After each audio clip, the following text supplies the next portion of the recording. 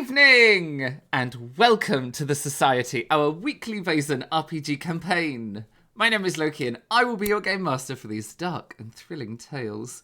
It is with great pressure. It is with great pressure that I welcome you. To this, the fourth episode of Chapter 7. Oh, Jesus, numbers. And I hope that we delight, fright, and intrigue you with mystery and adventure. I mean, I don't think that went so bad, considering I've got COVID right now. So without further ado, let's meet our cast while I fan myself, because I've increased in temperature drastically. Here they are. Cast, go. Take it away. Hello, everyone. I am Matt, and I am playing the Quentin Ludensberg, the private detective and current roommate of the Dean. Hi, I'm Charlie. I play Lily Holstein Romanoff, and I am a socialite. Hi, I am Sarah, and I'm playing Elfrid Jensen, the Forest Ranger.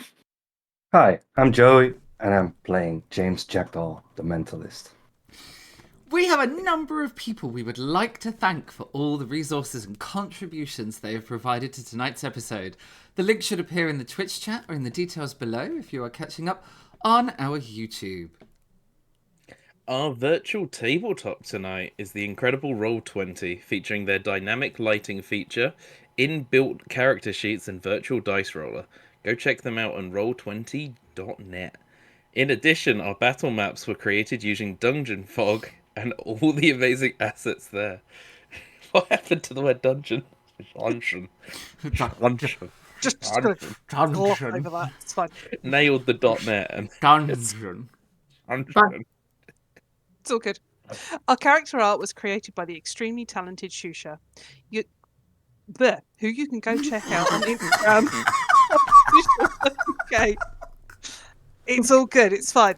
That's ZSUZSA UK. Our game tokens and dice roller tokens came from the Vaesen RPG rulebook by Free League and from the artist Johan Egerkrans. Perfect. The music and ambient sounds throughout the stream come from Tabletop Audio and Kevin MacLeod at Income Tech, all provided via the Roll20 jukebox. You can check both of these amazing artists out via their websites at tabletopaudio.com and incomtech.com. Yeah! First time! Nailed it. Nailed it! Oh. I mean, last week everything went so great, and now I'm back. Everyone fucks it up again. Bad juju, it's you. It's James Jackdaw, you are the bad omen in the room. Let's hit that intro video while we do a quick sage to try and get this stream back on track. Chaos is so correct.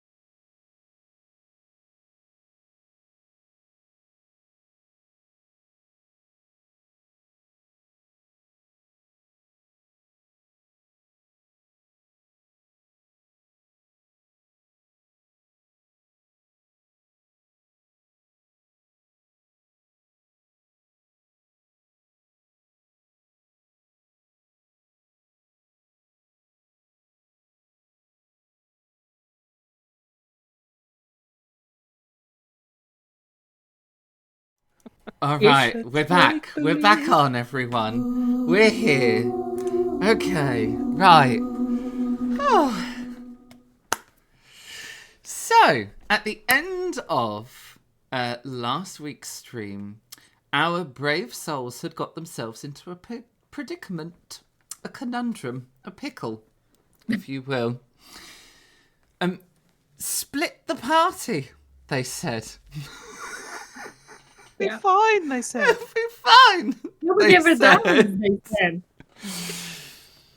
While our Professor James Jackdaw is calmly giving lectures on the mind and its inner workings, our brave souls found a secret room behind a wall in Carl Linnaeus's old chambers in the university. And in there they found a mirror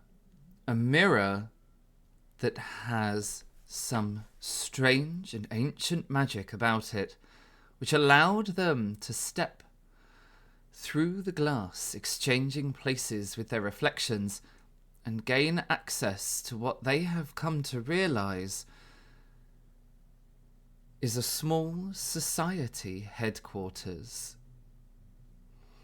On the return journey, they investigate a flight of stairs that leads in the opposite direction to the ones they found. And going through the secret door, they find themselves in the Dean's chambers with a sleeping Dean. And through a series of unfortunate events,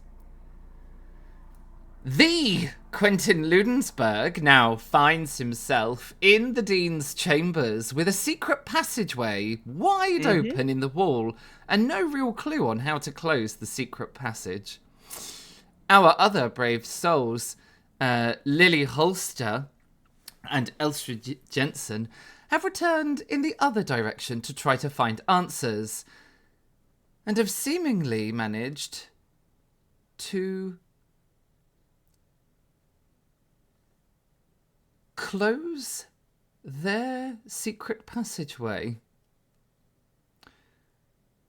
Now, our brave souls are separated in two completely separate rooms with a sleeping Dean and no real way of communicating through the very thick stone walls of the university. And all we can do now is hope that there is a help sitting, waiting. Because, oh, Quentin, some stealth rolls are going to be coming in your direction. I already succeeded in my stealth. I'm perfectly still for the rest of the night. I'm hidden. Everything will be fine as long as we do nothing. Just stand there like... All right. Here we are. Let's zoom out a bit. We managed to close our door, correct? Yes, and then open it again, I do believe. Should press we? button. Yeah. Yes, just kept pressing the button. So we said we realized that it closes when the other part is closed, correct? Yeah, when the other, sort of the inner door is shut. Yeah. Should we try to, go back in and tell Quentin? Might be an idea. Maybe we can get him through and we can just shut I mean, we can signal him back into the corridor and let him know. Give me a vigilance check. It will Which one? need to be both of you firing off those vigilance checks. And you both have a help. What is this? What is this? Start. Good start. just one. Whoa! Super vigilant tonight. Elstrid, Yeah. you hear someone. You hear like the faintest sound at the door to this room. Now, I don't remember if you guys locked this door. You put some furniture in front of it, right? No, you we did left it. nothing. Elstrid, only you a hair hear the Yeah. faintest sound at the door. And it sounds like someone... Maybe it's a key? And then you realise it's not loud enough for a key. Someone is trying to pick the lock. I quickly turned to Lily and like, down, under the bed, under the bed. Don't steal my idea. Can we fit both of us in there? Yes, it is a double bed. You can both fit underneath. Yeah. Okay. And I push Scotty under, and I'm like, come in, and I'm like, down. And I know I see her reluctance, and I'm like, Massive eye roll, and I'll climb under the bed. What would they say if they found me under the bed? Do you close the secret passageway? Scandal. Yes. oh, Okay. yes. I jump. I'm very, fast and everything, so I close it and I just go. And you both dive under the bed. Okay. I dive facing the door, like the door, like to the corridor. I wasn't that Oh. intelligent, and I laid underneath as Yeah. if I'm in bed, so Yeah. I've got your feet and you've got mine. Sorry. No worries. I will try not to kiss you with my boots. It's more the dog I'm worried about. Okay. We're doing this old school now, by the way. I just got out the polygon darkness tool. I haven't used that since dynamic lighting was a thing. The door opens. And a figure enters the room, closing the door behind them. And you hear a couple of footsteps. Did I, the quick look that I had before the door was closed? Because obviously I can see because the bed is raised or we wouldn't fit under Yeah, it. so you only see like shoes and ankles. Yeah, exactly. Shoes. Men's shoes or women's shoes? Interestingly, Ali, because technically, women's shoes, I don't know how much they're visible because I'm assuming big gowns unless you're like me and you have trousers, but So- that's very hard. interestingly, Yeah. 2 pairs of shoes enter the room. One pair is clearly masculine. Yeah. The other is feminine. They have a little heel, and there's obviously a skirt involved because you can see some calf. I know. Gasp. Seaton Gasp. sniff the feet to see if you recognise them. Oh The my thing god! was that I'm assuming a bit of calf, a bit of skirt. The skirt. Do they look like the shoes / the skirt? I'm ignoring you people. We lost the DM. Keep going, keep going. Is it the twins? Could it be the twins? It could be. Because I just recently saw Jacqueline before I came in here, so I know how she's dressed. It could be. It could be. Okay. I need to start writing notes, sorry. They don't say anything, Yep. but they walk around the room and they seem to be looking for something. Do you still have the book? Oh yeah, I've still got the book. I haven't put the book down. I am going to need a stealth roll. And in Vaesen, to Yeah. make it particularly horrific, the person with the lowest number Yeah. of dice rolls for everyone. Oh goody.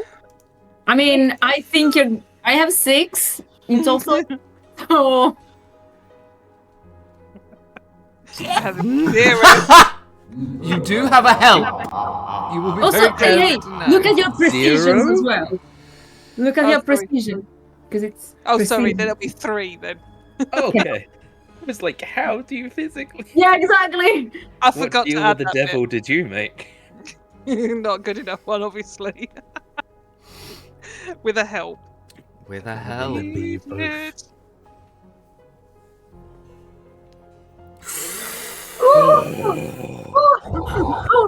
I mean, we are laying still. Trying not to breathe. Quentin, you are. Mm-hmm. There is a snort and a snuffle and some movement in the room, and you nearly squeak. Just keep your cool. What are you doing in this room?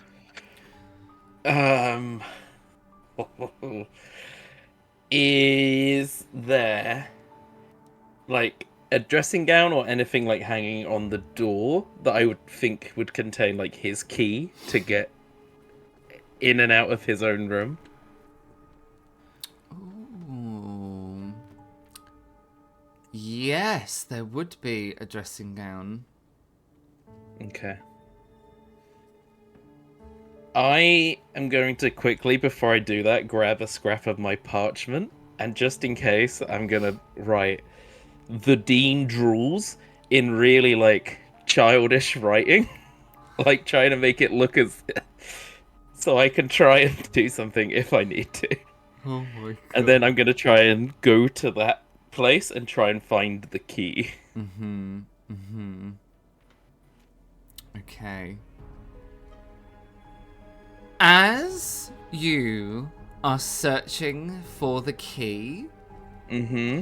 you hear a gentle click, and then you watch as the secret passageway slowly begins to quietly close itself and then conceal itself in the bricks. Mm-hmm. And then there's a little moment of you being like, yes! And then a little moment of you realizing you're now trapped in this room. Yep.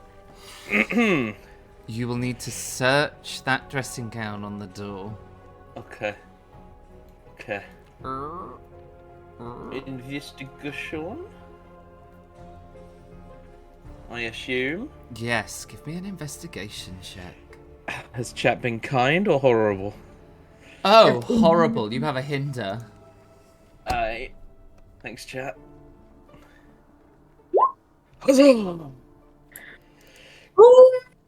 Find his smut as well. I mean, what the heck is this? I forget how many investigation dice you roll now. Just a I couple. forget how many you roll since your like extremely harrowing near-death experience. It has changed you. It has. It's like You Sherlock, but without the drugs. Do Just a- not. I mean, Oh, just alcohol. you do not find the key in the dressing gown, but you very quickly analyze the room and come to the realization that you hadn't checked the door itself. The dressing gown obviously kind of concealing it. It's one of those great big obnoxious deep like red almost claret velvet dressing cape ensemble nonsenses. And thankfully you realize you should check the door before you start rummaging around in any of the other rooms. You do now have the key. It is in the door.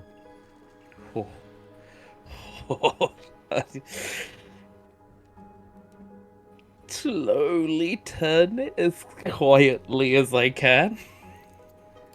And there is it probably sounds unbearably loud Yep. as that door as the lock clicks in the old door. Mm-hmm. But the door is unlocked. Okay. I am gonna try and use, like, pull the dressing gown, like, over to try and, like, open the door, and try and use the dressing gown to block as much light as I can, Okay. and try and slip out of the door. Ooh, okay. Like a ballerina. I'm assuming you're not gonna let me do this for free. I am going to let you do this for free because You There's rolls. someone on the you've other side of the already door. done your stealth roll. Oh, cool. And I'll just...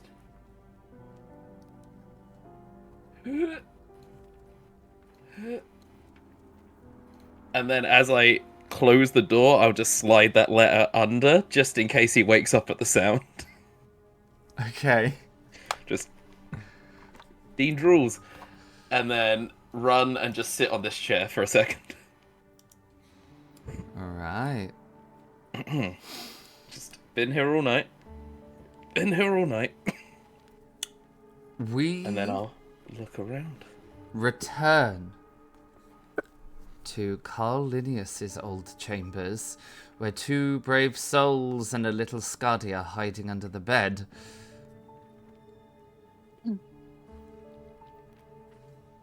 Your mysterious visitors into the room don't say a word during their search. And their search really does only last a few minutes before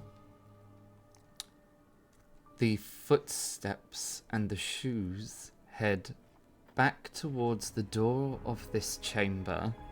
Yep. While I lay under the bed, hardly breathing or anything like that, do I see the shoes? God, Jesus, can't talk Yes, again. you would be able to see the shoes. Wonderful. Can I start sort of like memorizing them shoes? Is there anything like telltale about them? Like there's the little plasticky bit that wouldn't be plastic in this age on the end of the shoelaces missing. Is there a certain way that they tie the shoelaces up? Anything like that that would indicate maybe the sole of the underneath of the shoes? Like painted if it's like slightly a different working colour. shoe, very Yeah, used, or somebody that just can buy unique new shoes features. every week. Do I even recognise, are they designer shoes? And I would recognise who made them. Anything Wow. along them lines. So, number one, it is not an episode of the Society without an educational moment, and here we go. That funny little bit of plastic on the end of shoelaces is called an aglet. Yes. There you go. I knew it had a special word, but Yes, it is called an aglet. Yeah. It's a medieval word, and actually is reference to the metal bits they used to put on the ends of things. Aglet. There you go, everybody. I knew that from a TV show.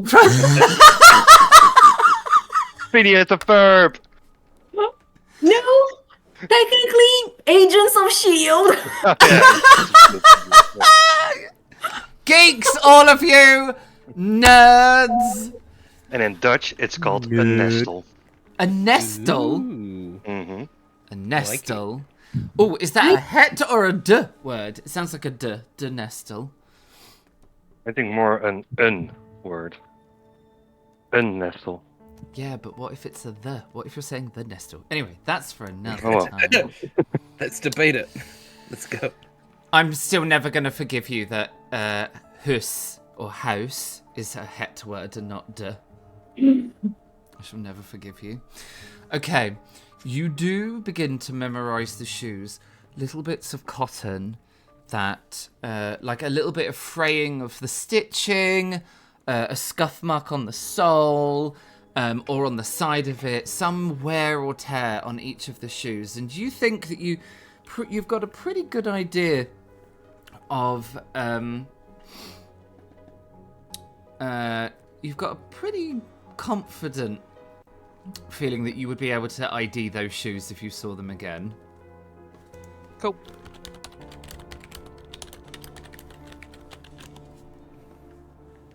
DM writes stuff that's not a good sign. They head towards the door, and then they quietly leave. The door opens, it closes, and then you hear the telltale fiddling around in the lock sound as they try to lock the door behind didn't them. How didn't long know. have I been sat on my own now and realised that they have not come back? Yeah, 'cause you've got the keys, I think. A few moments. I would like... Is it here? I would like to slowly head back towards them to see where the hell they've gone. Okay.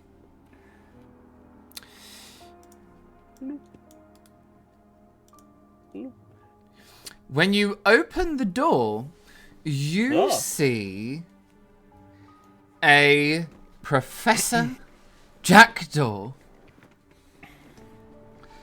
who has just sort of spiraled up the stairs. Oh no, he's spiraling. Professor. How are you? How was your lectures? Oh, Quentin. Tiring, but interesting as always.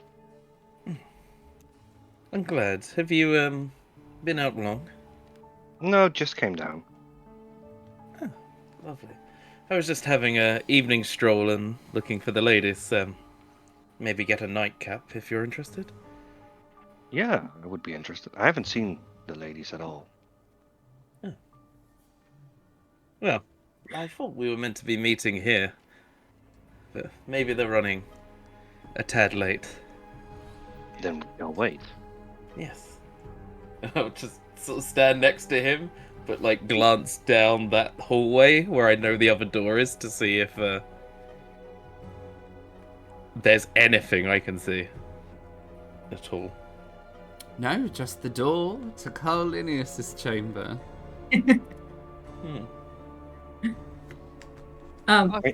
Are you all right, Quentin? You keep looking down that hallway. Yes, I've found myself very interested in the architecture of this place, and it's quite confusing at times. I'm just trying to work out if I'm in the correct place, to be honest. Okay.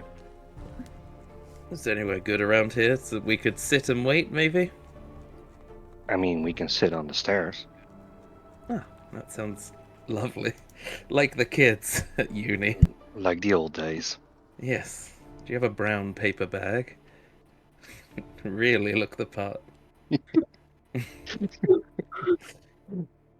And I will, yeah, let's go sit on the stairs and wait for the ladies. Yep, I agree. What's the bottom here? Oh, I can't see shit. After waiting, I would have said a Wasted. suitable time, I'm gonna climb out from underneath the bed. I would like to check that not just only one person got out of the room, like with whatever semi-darkness we are still in.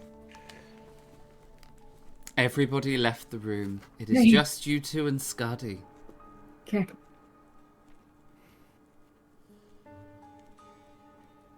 And I will whisper, trying to be low voice, because I don't know if they're right outside of the door still. Yeah, I was gonna go up and see if I could hear through the keyhole sort of thing. You don't. You can't really hear anything. Yeah, we said that these are very sturdy walls, and Well, and yeah, the Quentin and Professor Jackdaw are heading down the stairs. No, we're just sat on the stairs. Just sat having on a the drink. stairs. Yeah. Yeah. This was where I thought I was meeting them for that drink. Yeah. I look at Elstrid and go, I'm not convinced the door would be open or unlocked. and I'm going to try and turn the handle to see. I mean, they locked it, didn't they? Attempted to. Attempted, yeah. And I'm going to see if I can... If I get that resistance and no, the door's locked. Alright. You may click the door and it will Oh, tell yeah. you. Oh, Gasp! The door is locked. I'm never going to forget the door episode of the society. We actually had doors for the first time ever. The genuine excitement was... That was on the train, wasn't it? It was Yeah. life-changing. The episode after I played, and I'm like, wait, you have doors? Doors? It's like we can click doors and stuff, and it's sort of like, will you only click the doors you're in front? No, no doors! Because we found out because we had windows as well. There was no window. You can climb in and out of windows too. That's amazing. Yeah. Okay.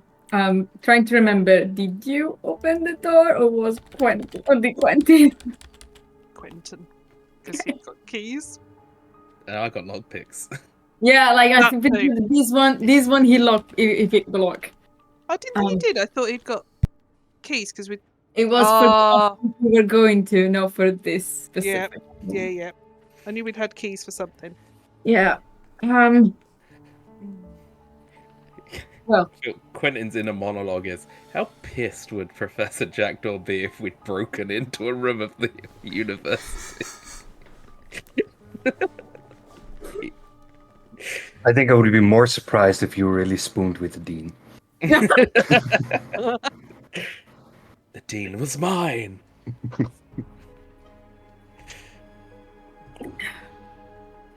Does Quentin keep glancing over to the hallway?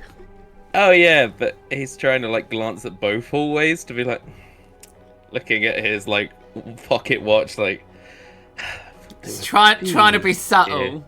yeah, Then you have two choices subtle as here. eye holes in a newspaper.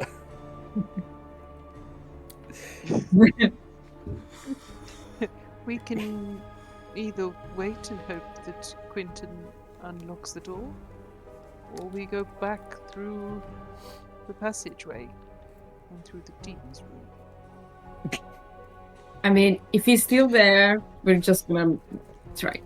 Possibly make more of a ruckus. I think I will try to. I think I will prefer trying to. You know, I have a knife on me. I can try to pick the lock with that knife. God.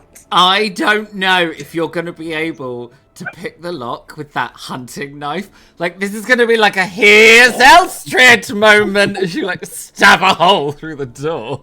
As I rummage through my hair, as my hair is up, and I pull out and go, would this be better? And hand some form of bobby pin. Oh well, sure. I might have two. As far as I know, because I started reading about it, even if I never tried, you need two tools for lockpicking because you need one to turn and one to keep still the pieces. Then have another one.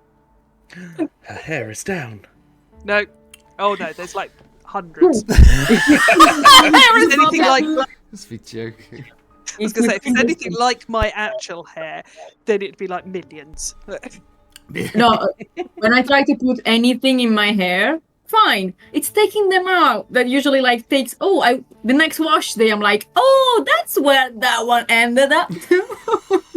Mine's so naturally straight that I can put a clip in and then watch it slide out of my hair. I cannot braid my hair or I risk losing a finger. I'm not even joking. Wow. It's great fun. You want curls? Nah, don't bother. I mean, don't get me wrong. I don't have to do anything except washing, and then they look like something on their own. I just clean them and then they just are.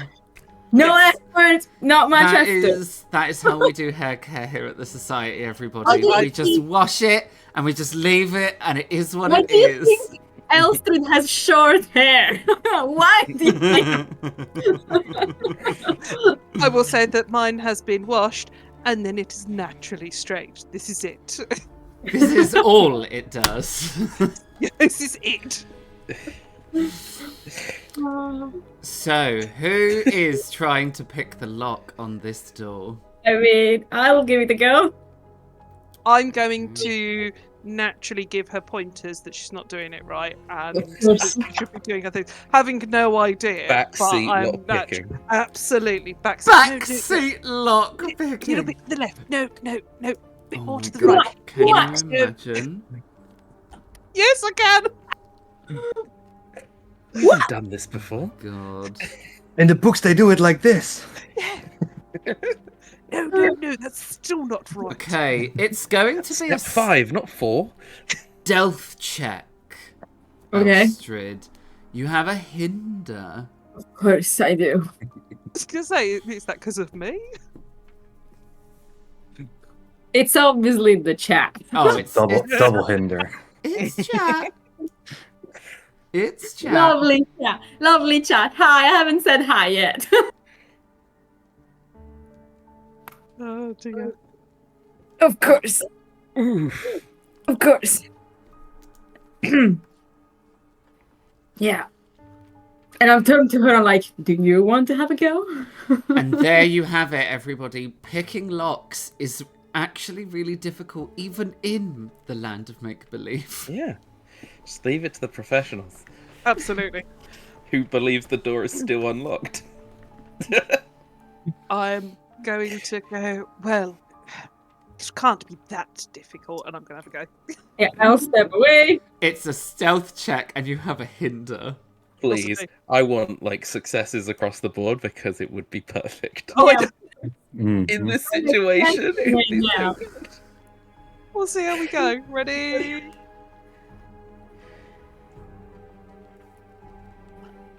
I've never been so excited for a roll in all my life. Killing me. I wouldn't mind, but I I said be you weren't honest. doing it right. She had 5! She had 2! the dramatic pause was roll 20, not me.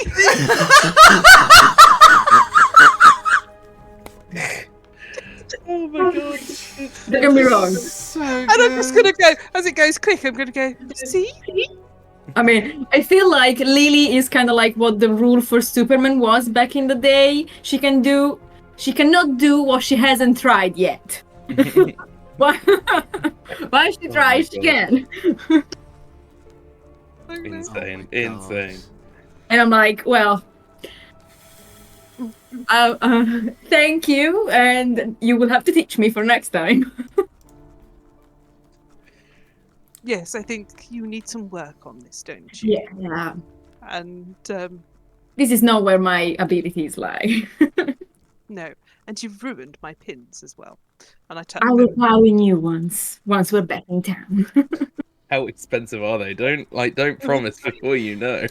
I am loaded, I should remind you. Ooh. And you know. What a smackdown! I'm loaded, thank you. I'm not I the think one you can buy drinking a on the set of- stairs. I can buy a set of pins without breaking a sweat.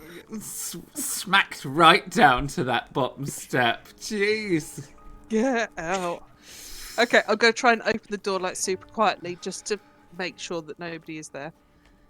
Obviously, you can't. Yeah, I was going to say, you can't tell it this because it's just sort of like, open! And that's it. I'm gonna sneak out.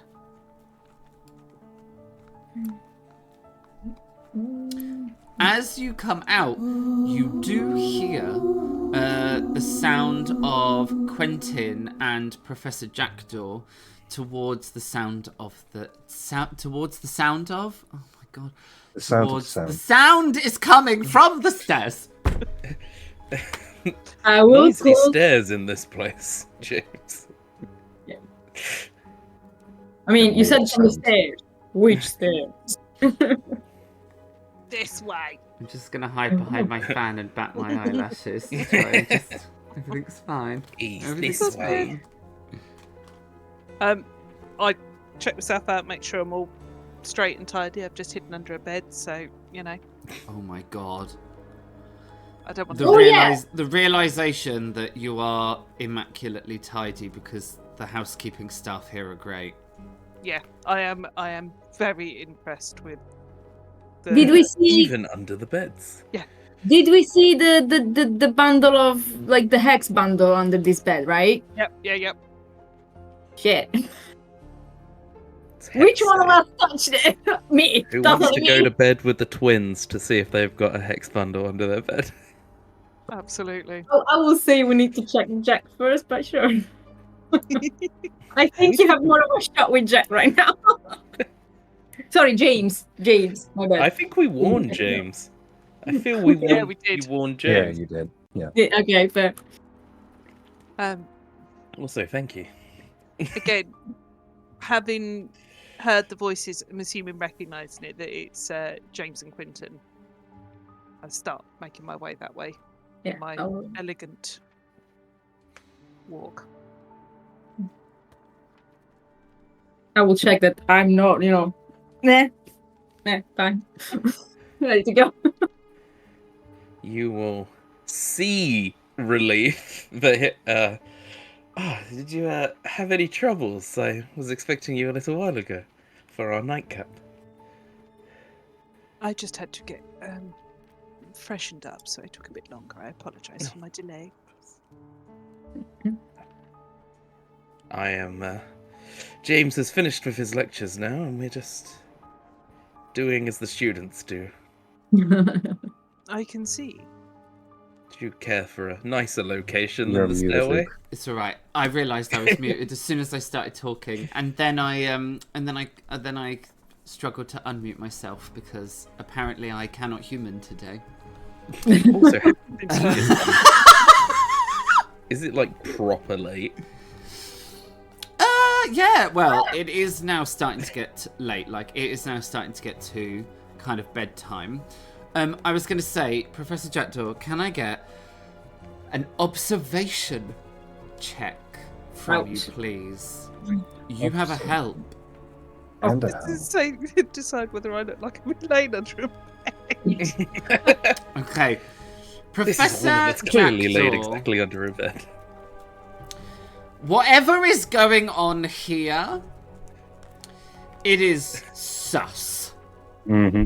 Sus as buggery. What? Like, why would Lily be freshening up on the second floor? Her room is on the first floor. And so are the bathrooms reserved for the ladies. Quentin seems nervous as hell. And, most notably, Elstrid looks like someone has brushed her down.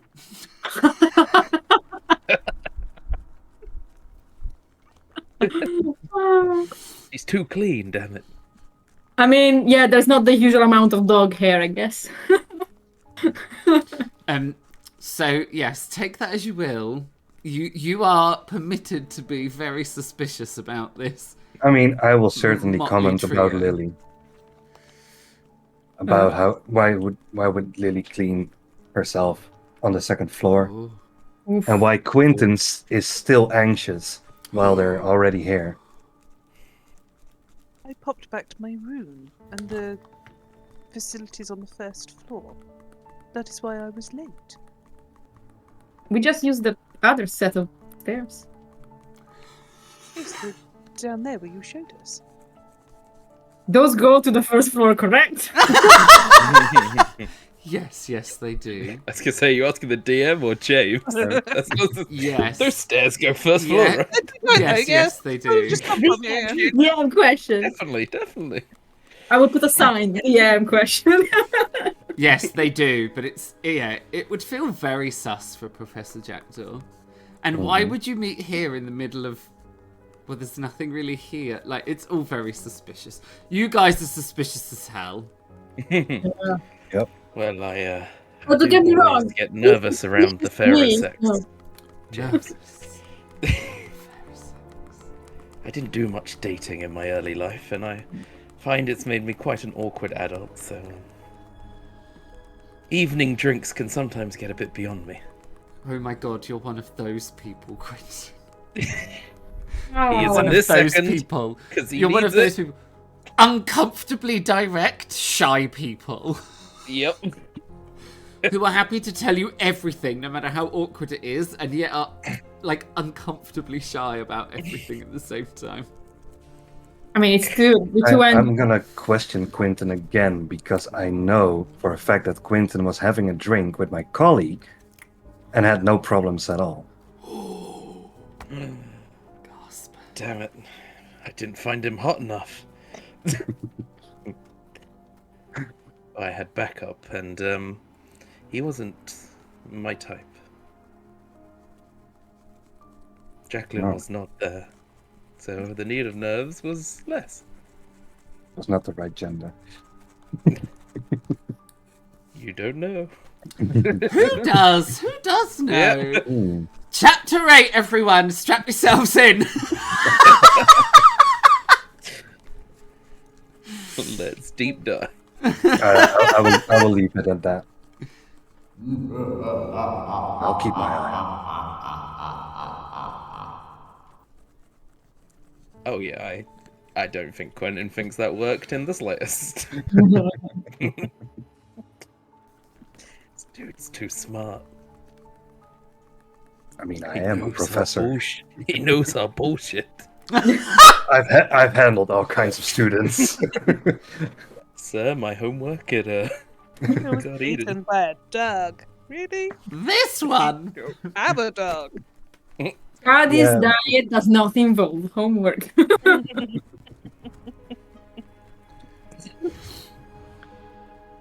All right, let's head out to where you wanted to have our nightcap. Well, I actually never had the tour, so where's good? Why don't we go up to the astronomy now it is dark? We could actually see some of the night sky. We must be able to get a porter to bring up some drinks to us. Oh, I Amazing. agree. Also, Or we there can were go. stories that people saw some spooky shit from there, and that sounds really interesting. A nightcap and some spooky shit could go great right now. That's correct. Yes. Literally. My mat is showing. Sorry. Like, I'm not even joking. Like, I want that to be like the strapline of my life. Let's go up some Nightcaps and spooky shit. Nightcaps and spooky shit. I You heard it mean, here, folks. Next merch drop. I'm mean, writing it's it down because I'm not functioning as a human, but It's our nightcaps new- and spooky shit is a great t-shirt. I mean, it's our new tagline. I mean, want a nightcaps and spooky shit t-shirt. you.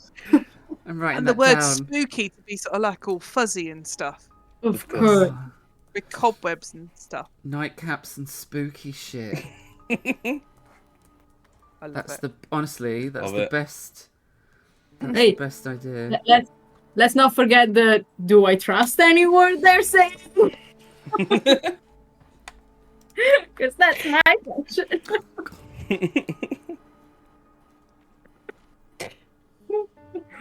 Oh, yeah. I definitely want to go to the astronomy tower.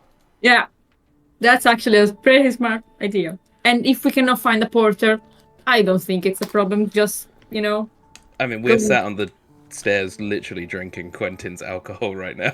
okay. It's always the kitchen. It's not that far. Just going down a set of stairs or You two. want to steal from the kitchen, from what I've heard? Stealing. I'm I'm- here using a service. I am sure we will find a porter as we walk up there. Mm-hmm. We're so privileged, it hurts.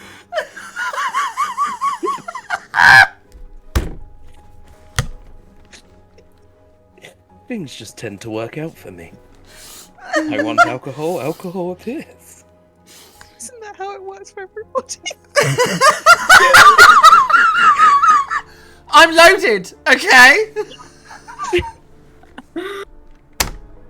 It normally happens. Hashtag team privilege. We need someone to bring us back down to earth. I'm so sorry. Well, we go I'm so sorry, upstairs. everyone. I'd like to God. say it's because I've had a nightcap, but it's not. I mean, it's obviously fault of the spooky shit. Yep. Oh, nightcaps and 100%. spooky shit. Oh. Yeah. Oh god. As we are in the hallway slash the stairs and stuff, do we catch a porter wandering around?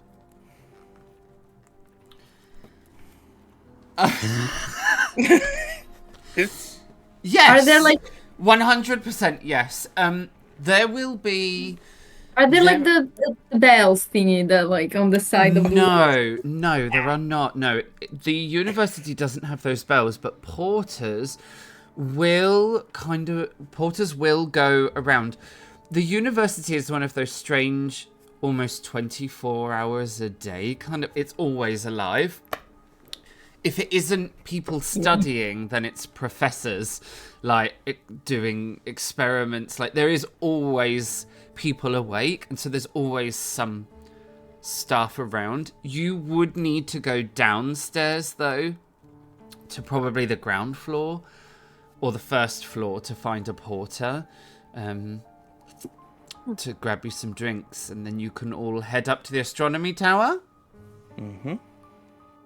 Okay. Is it cold? Would it be? Yes. Then I would like an Irish coffee. I will request an Irish coffee. Okay. And maybe have to explain to them what that is. Boozy coffee for... boozy coffee for Quentin. Boozy coffee. Okay. To the astronomy tower, then. Away we go. Okay. Oh, it's a little darker than it probably needs to be. Hello there. Hello. There's a... That's faster. Oh, there's a child because it was really dark. Ghost child. No. Okay. You head up to the astronomy tower, where you find a young woman using one of the telescopes, and she's brought a lantern up here, but everything else is very like there is no lighting in here other than the lantern. The only light that comes into this room is from kind of like the town, so it's quite dim in here, and that's probably by design to preserve night vision for the astronomers. I was half expecting a red wrap around on the lantern. One. I've Is this spent the- my fair share of time in an astronomy place. Is this the It's cool. astronomy professor? I don't think you've met her yet, have you? Yeah, we have. No. Oh, no? Yeah, we did on the haven't. tour. Yeah. Yeah. Is dinner? Wasn't she there at dinner or something? I thought we met her on the tour when we went up in Yes. the daytime. Because she was creepy, Then because I asked Quentin about did not. whether she could see the symbols, the Vaesen symbols on the augury. Yeah. Orrery. Orrery, that's it. Orrery. Orrery, that was it. Yeah, that that was it. Yes.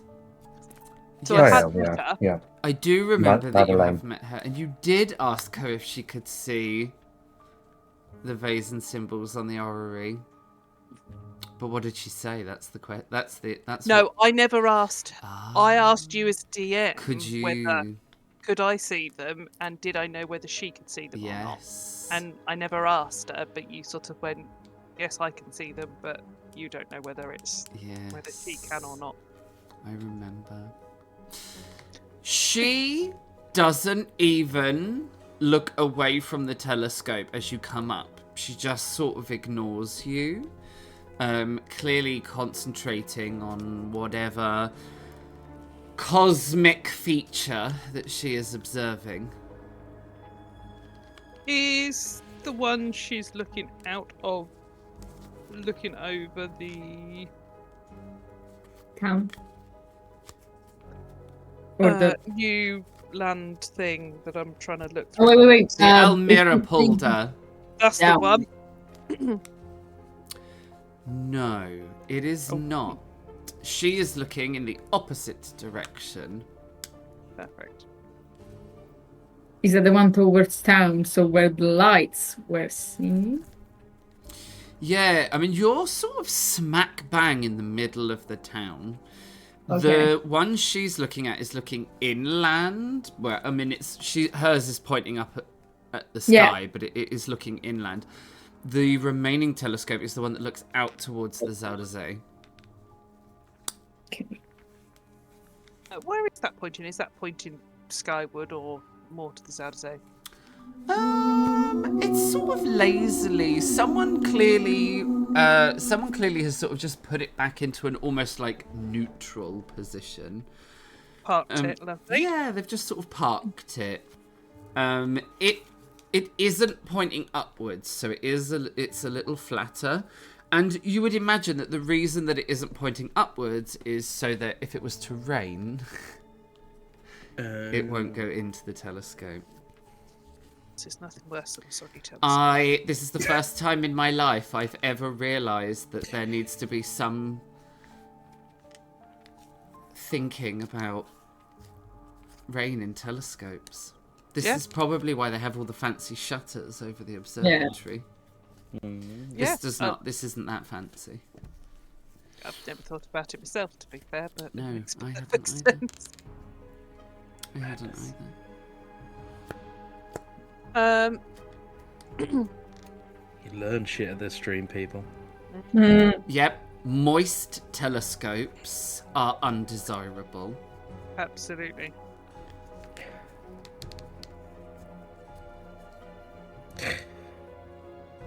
I will go over to Madeline and ask her how the stars are this night. She still doesn't look away from the telescope. She's intently focused on the telescope. And she says, "It's delightfully clear out there."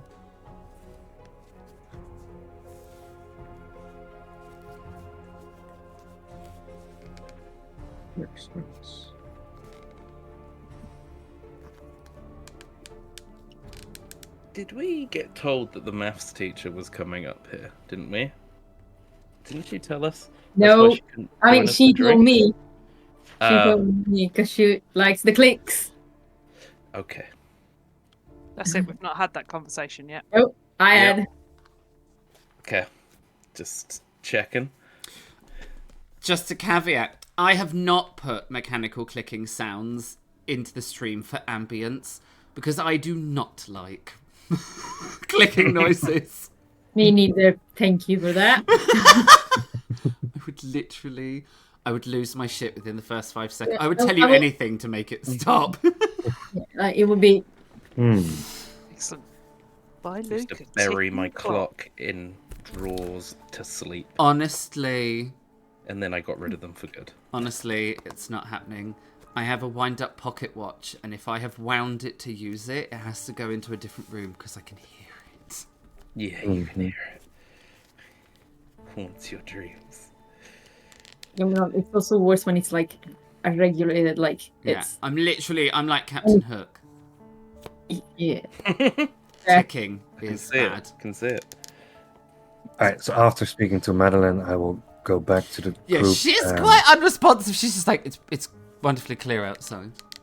Yeah, and I will just thank her and move back to the group and tell Lily that she can take a look now if she likes. Thank you. I'm going to have a nosy at what the telescope's pointing at the moment. It's kind of like just at the horizon. It's not really looking at much at all.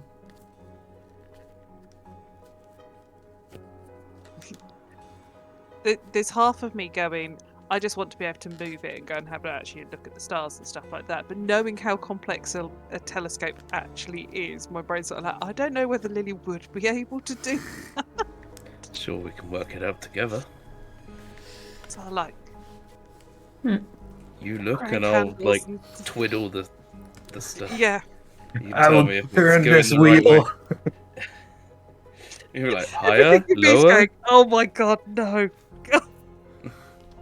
But Lily would be most definitely. Yeah, for sure. What would you like to Special look at? I viewing guess chair. that is the question. What does Lily want to look at? At the sky, the stars, the town, the Zaldazay? Well, I want to see first how to operate it. So we're working out, where's left, right, up, down. See if we can actually learn how to sort of focus it. So naturally giving said instructions to the people around me, because, why would I do manual labour? Until we can get it focused on a cluster of stars. Okay. And seeing the beauty of only with the naked eye seeing an individual star to actually find out that there's a lot more there.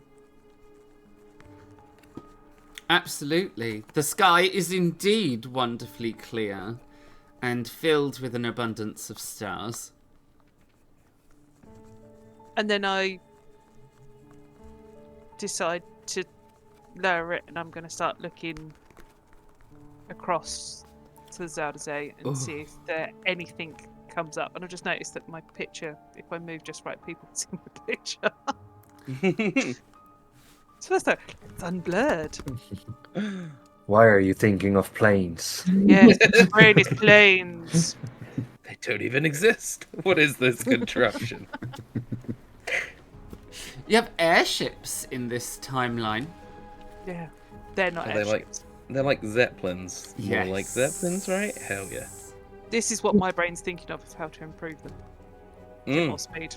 Wings. They need We wings. should Wings and big patent it. engines. Yeah. So yeah, I'd like it to start Okay. looking at, and again, I want to focus on almost the land between the town and the Zaldazay to see if there's anything that we see between them two portions of land. See if there's anything that's Okay. noticeable.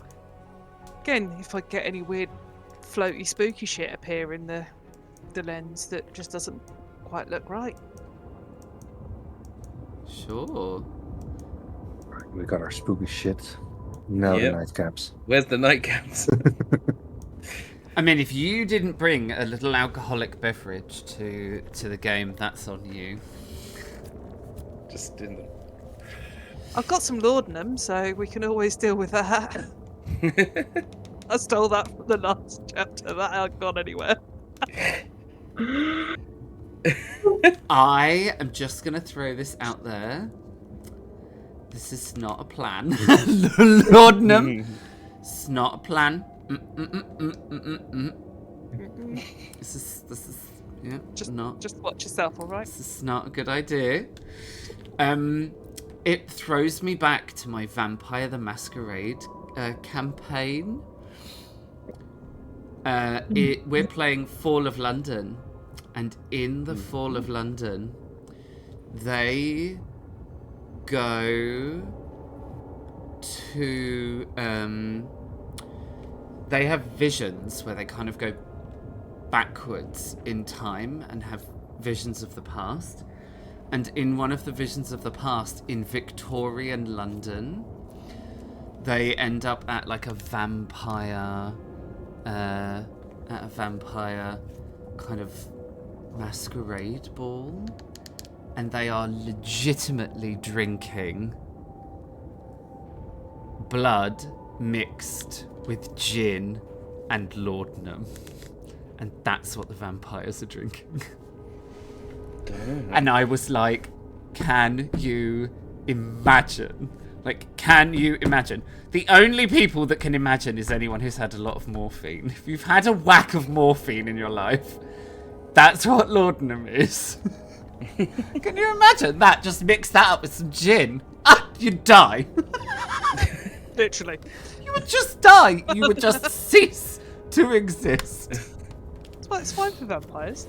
I know, right? I was like, that's literally the coolest thing fucking ever. If I was a vampire, I would have blood, gin, and laudanum. Just throwing that out there. Okay, maybe not telescopes and laudanum. No. You look out at the Zuiderzee, and it takes you a little bit of time to get the telescope into focus, looking at something that's much closer. And at first, it's just darkness and some smeary shapes of light. But eventually, you draw the telescope into focus. And you realise that you are looking out at the water. The sky is so clear and the moon so bright that the waves are outlined in all their details by moonlight. And it is beautiful to look at. And you kind of give some instructions. So you can move the telescope a little bit to the right, sort of scanning the horizon and looking at the water. And eventually you come across what in the dark moonlight looks to be a battlefield where a terrible war is being fought. A great wall of earth has been constructed to keep the sea at bay, and all manner of tools and weaponry is set up to fight that sea, to drive it back, and to create the land. And you realise that you've kind of clipped the edge of where they are constructing the Almira polder. And they are quite literally doing so by building gigantic walls. They then drain the water out and then fill it back in with land. And that is how they're generating this man-made island, like 1 square foot at a time. I mean, they're doing it at, several hundred square feet at a time. But that is how they're doing it. They're building a wall under the water to dam it, empty the water out, and then fill it with land. But it is in the darkness and the moonlight, it looks almost like trench warfare. Not that that has fully been a thing yet in our world, but that's what it would look like. Wiggling myriads of walls and trenches and lines, all filled with machinery. It's a stark contrast to the undulating moon-dappled waves, to suddenly have solid, immobile, moonlit and shadow.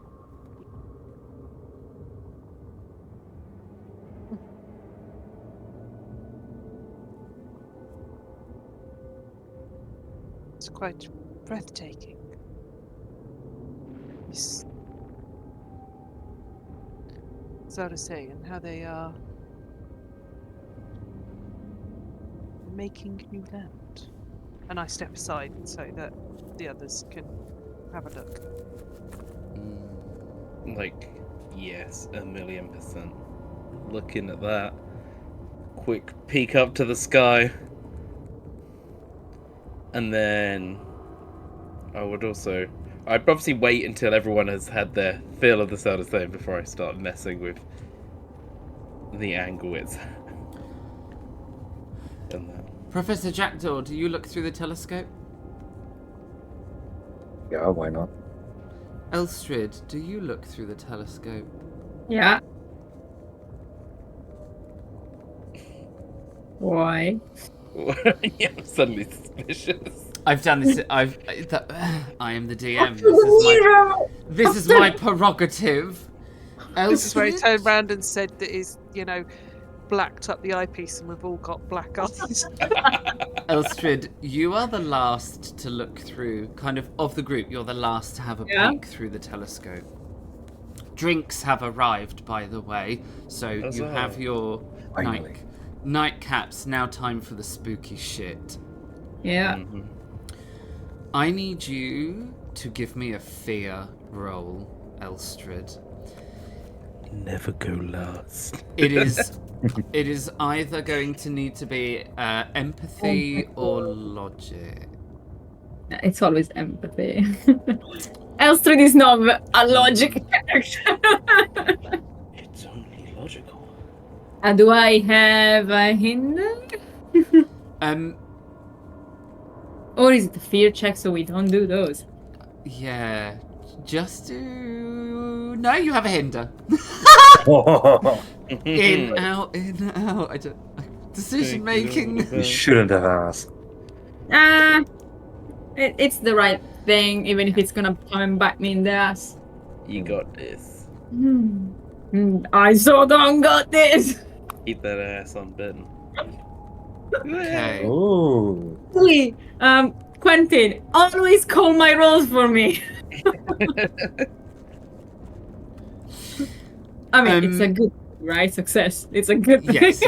You look out through the telescope, and you're just kind of looking and seeing what everyone else is looking at. Yeah. Yes, it's very lovely. It's very interesting.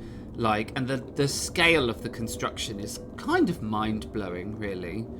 It really would be mind-blowing for everyone to consider building an island. I know, but as you know, I'm not exactly for fighting against nature.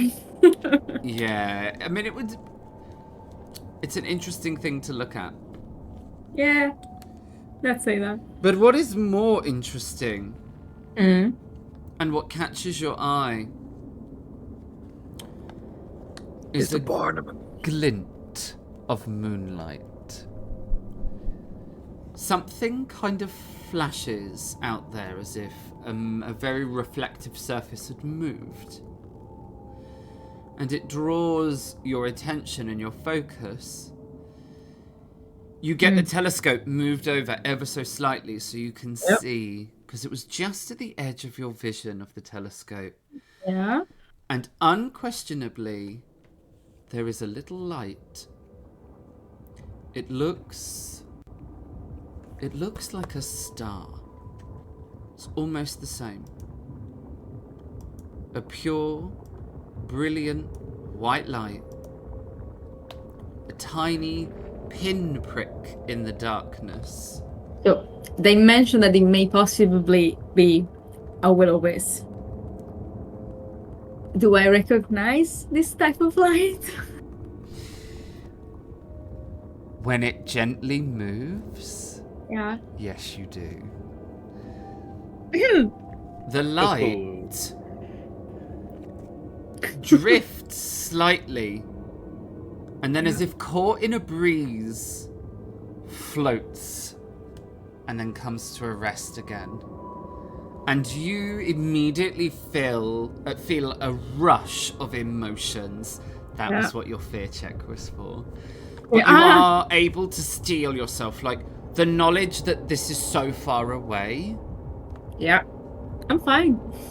It feels like, I'm fine. You feel like you're like a little cat when it sees the reflection from a watch or something. This almost obsession to watch it kind of fills you, and you see it float about a few times on the island. You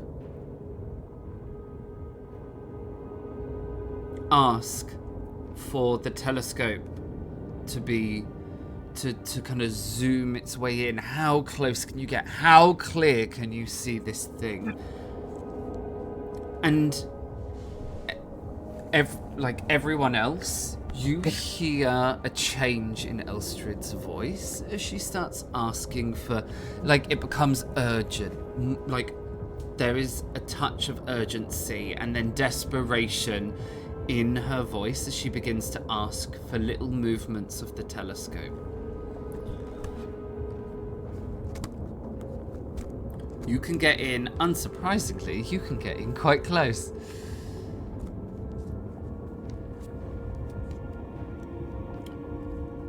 Close enough to see the little light scud gently up the side of one of these earthwork walls. And it bobs a little bit right at the top of one of these earthworks. Yep. And that is when you see it casting a little bit of light on a shadowy figure. There is a person stood atop the earthwork wall, as if they have followed the light all the way to the edge. And they are standing right where the water and the land meet. And you watch in horror as they just step into the sea. It's not even a jump, it's just a step into the sea. The light drifts towards the water and they calmly follow. And in that instant, they're gone.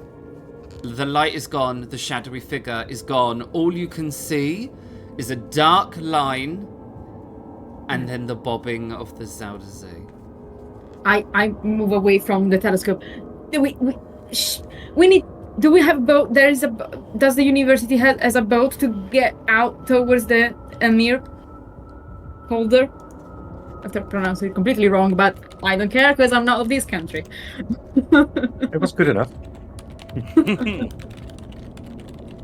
Somebody just I saw the light and somebody was there and they just got swept away in the water. What light?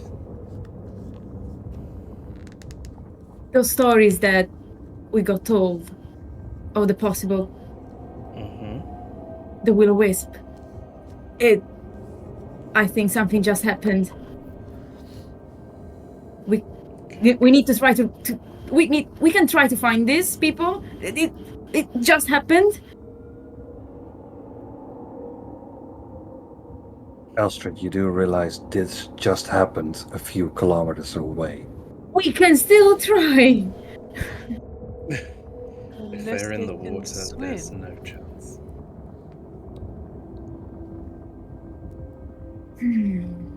I don't believe in no chance.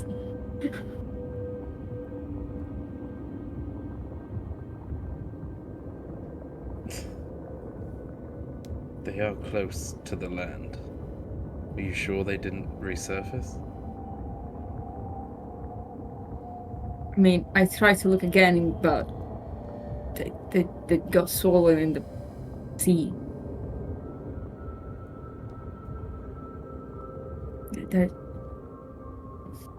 I don't see them again. I don't see. It's very dark. It's true, but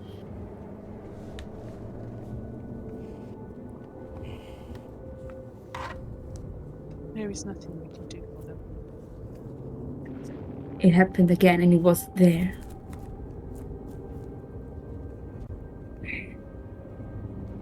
Even if we would leave now, it would take us quite some time to get over there. Okay.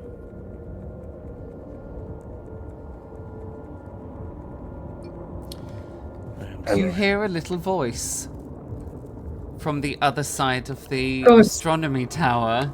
I don't care. I was just about to say I turn around to look at Madeline. Yeah, I'll be very Madeline? careful. Is looking intently at all of you because Yeah. none of you have been quiet in this sort of outburst Yeah. of discussion. I don't care. And she is looking at you all fascinated, and she says,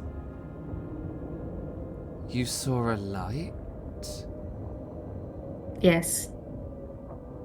A little white light bobbing out by the water?" You've seen it too. "Yes. When? I see it almost every night. Sometimes it's on the sea, sometimes it's on the construction site. I've even seen it in the city." Have you seen people around it? "No, never. Just the light."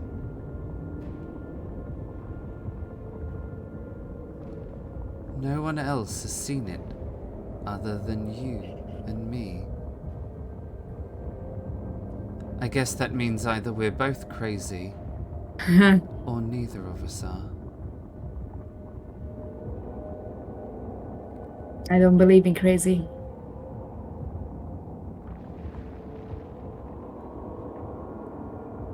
While looking at Madeleine, do I see she is genuine? Oh yeah, that's usually my question.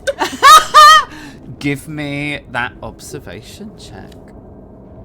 Alright, and I have a help. Help! Cool, thanks, chat. They're playing favorites. Dang. Yeah, she is being very genuine. She is, prepare yourself. She is both deeply fascinated by every word that Elstrid has said. She is also deeply relieved. Like, there is a huge relief that fills her now. Kind of on the understanding that maybe she isn't crazy after all, and this thing is real that she keeps seeing.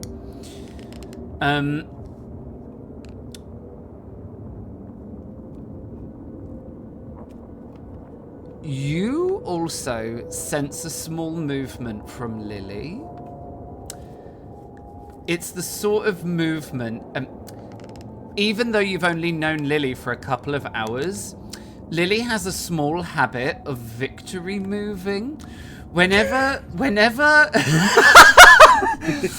she has little victory movements. Whenever Lily is proven right, even if it's a thought, Lily has a certain there's a little set group of movements that Lily does where she's like, I knew I was right. And Lily gives one of these movements almost immediately at the realization that this woman has also seen one of these things. You realize Lily gets one, like that victory movement where Lily was clearly suspicious, and this has proven Lily's theory. You don't know what the theory is, but Yeah. a little smug hip moment.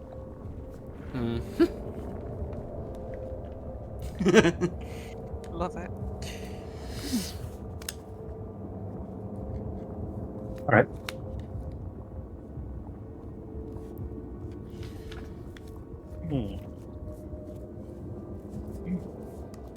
And I go up to her and say, the likelihood is it's just you're always up here, so you're more likely to see them. I doubt you get many visitors. It's just they're not as observant. Elstrid has good eyes. Well, it is a relief either way to know that someone else has seen them. Or it. Whatever it is.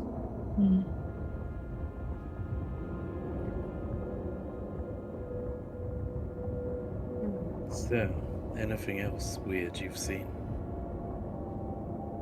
Just the light. Or lights. Sometimes there's more than one. How many more? maybe a couple more? Or are we talking, I don't know, over 10?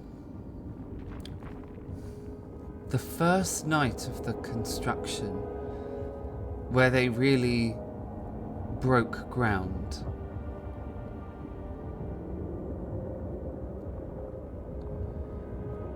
there were many lights. They all came up from the sea and wandered through the city streets. I didn't pay them much heed, and I certainly didn't see them through the telescope. I just saw them down in the town. Is that the first night story started of people leaving town? I don't know. I've never really thought about tying the two together. Why? Do you believe there is a link between the lights and people going missing? It could be. It could be anything, but it's always best to go down every avenue to find the truth, no matter how strange and unlikely it seems.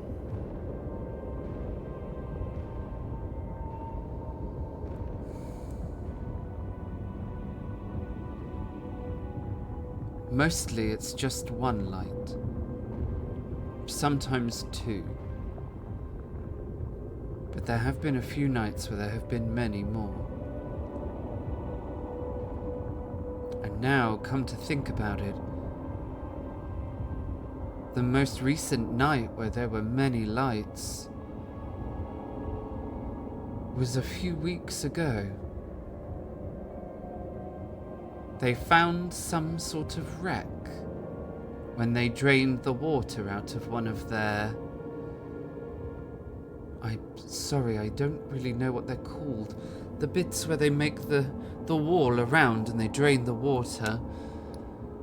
They found a wreck in one. There were many lights that night.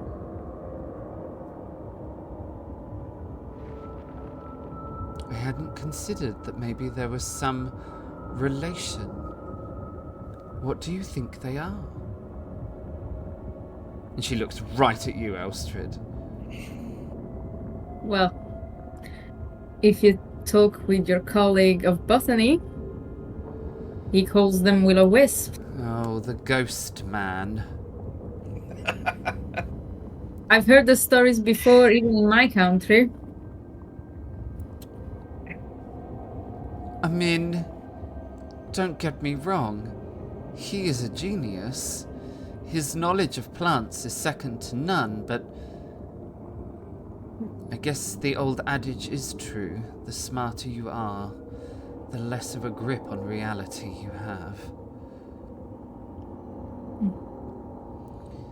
I turn to the orrery and go, just want to ask, the symbols here, and I'm going to point to the Vaesen ones, and go, have you ever worked out what they mean?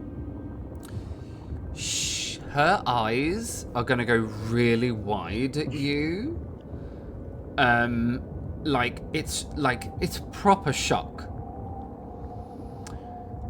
And she looks at each of you in turn, and then back up to the orrery, and then right at you, Lily, and she says, "You can see those too?" Yes. Can all of you see them? And I'm just gonna be there a little stoic, like, yeah, why not? Yeah. Because it's been normal for me since I started coming here, so... You are the only other people I've ever met who've been able to see them. My first semester here at the university...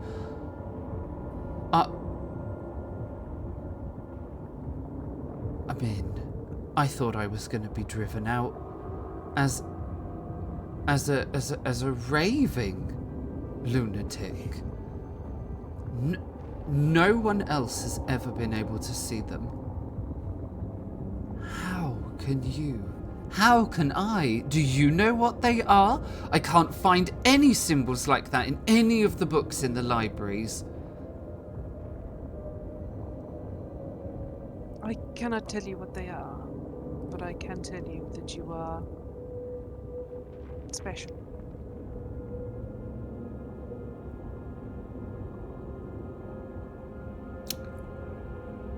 I am not sure it is safe in which to talk about it here. Yeah, it's possibly a discussion for later. Well, It's not going to be a long you discussion. simply must. You simply must tell me everything you know. It's a very long story. Well, I will pencil some time into the diary between lectures. Maybe tomorrow over lunch. We can arrange a time to discuss. In required privacy. Yes, of course. Just to discuss a time to meet. Yes. Yes. Just to know that you are not crazy. There are people in this world that are given a special ability. You are one. I don't really know what to say. It is not something you wish to broadcast, or the stigma that you have already suffered is genuine. I would not mention it.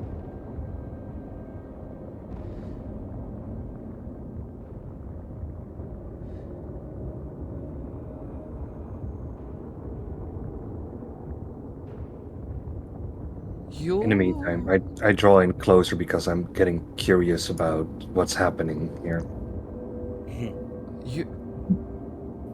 You're not just guests of the Dean, are you? I am.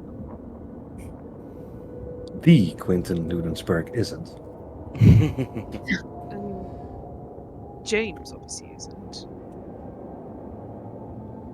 Elstrid is A friend. Tagging along. Does her own thing. yes, she's my friend I brought along to help with her. Well, I'm sorry, but I simply am not going to believe you. Three strangers who know one another come to the university after one of the strangest crimes in the entire history of the town, and all of you can see things that aren't there, or are there, but others can't see?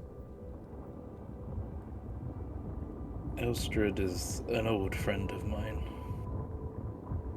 I asked her to come help me. I often ask for help on my cases.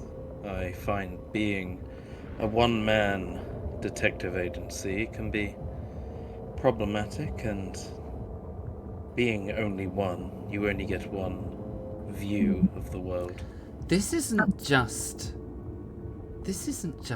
a murder case, is it? This is something else.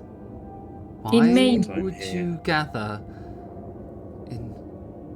I'm sorry, I'm prying now, and that's ever so rude of me. It's a lot to take in. Yes.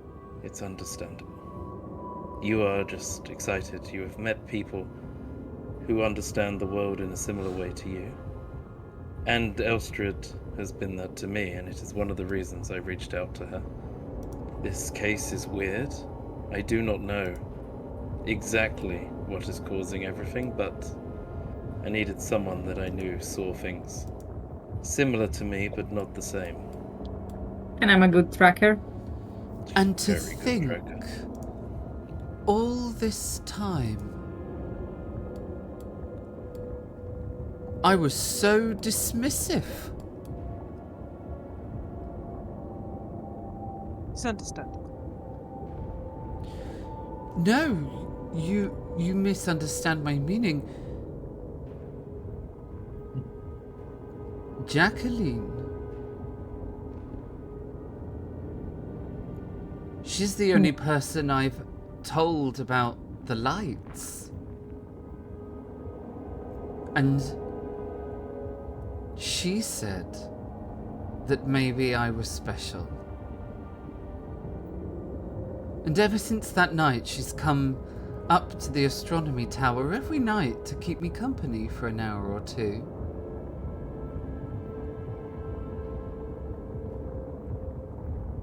Same goes for this night as well. No, strangely.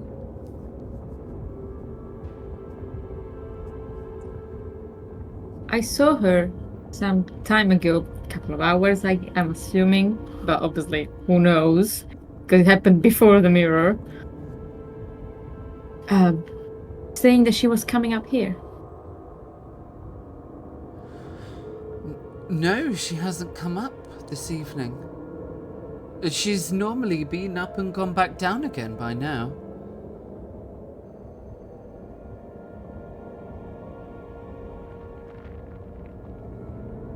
Interesting. Well, it might be enough. She joins you soon.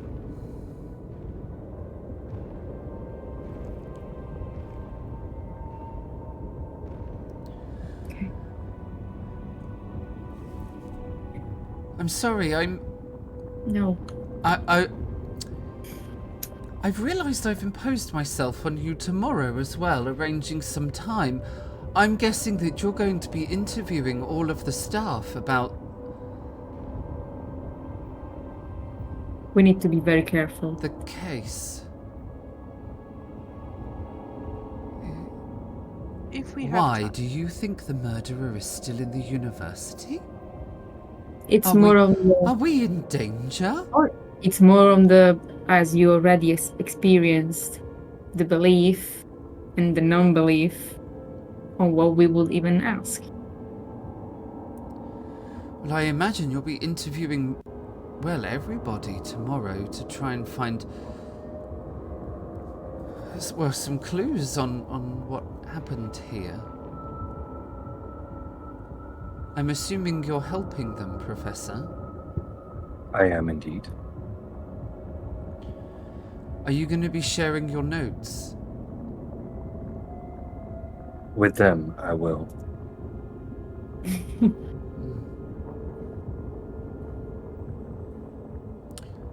And then you see she suddenly looks stricken with guilt, and she looks at you like she's just put her foot so hard in it. And she's like, oh, I'm sorry. I'm not sure I'm even supposed to know about the notes. I was so flustered that I haven't been watching you or anything, Professor. It's just, well, I'm awake during the night, and I've seen you in the library and other places in the university searching for things. And I assumed that you were maybe trying to find out what happened to your friend. Oh no, great minds are always looking for things to learn, to study. Same goes for you, Madeline. You look up at the stars every night, study them. I do that with books and my surroundings. Oh, well, I am sorry. I thought all this time you were trying to find clues as to what happened to your friend. That is what we have the Quentin Ludensburg for. Yes. I do hope we can find it out. Well, I'm assuming you have a busy day ahead of you tomorrow. Are you interviewing the staff and students, or? Not your concern. We will do our best. Get back in your box, nosy woman! Oh, She nods, though. She nods. And she nods at you and she says, oh, yes, of course. you are not in any danger. That is the most important thing, I think, right now. And we have taken a huge amount of your time as well by invading your discovery time on such a clear night as well. You hear the chiming of a little carriage clock that she has up here with her. And when you all look at it, you're probably surprised to discover that it's now about midnight.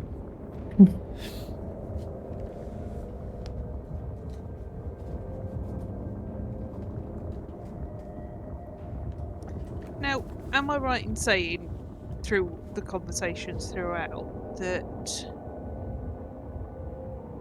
the lights and stuff and the disappearances happen between 12 and 1? Yeah, in the spook word.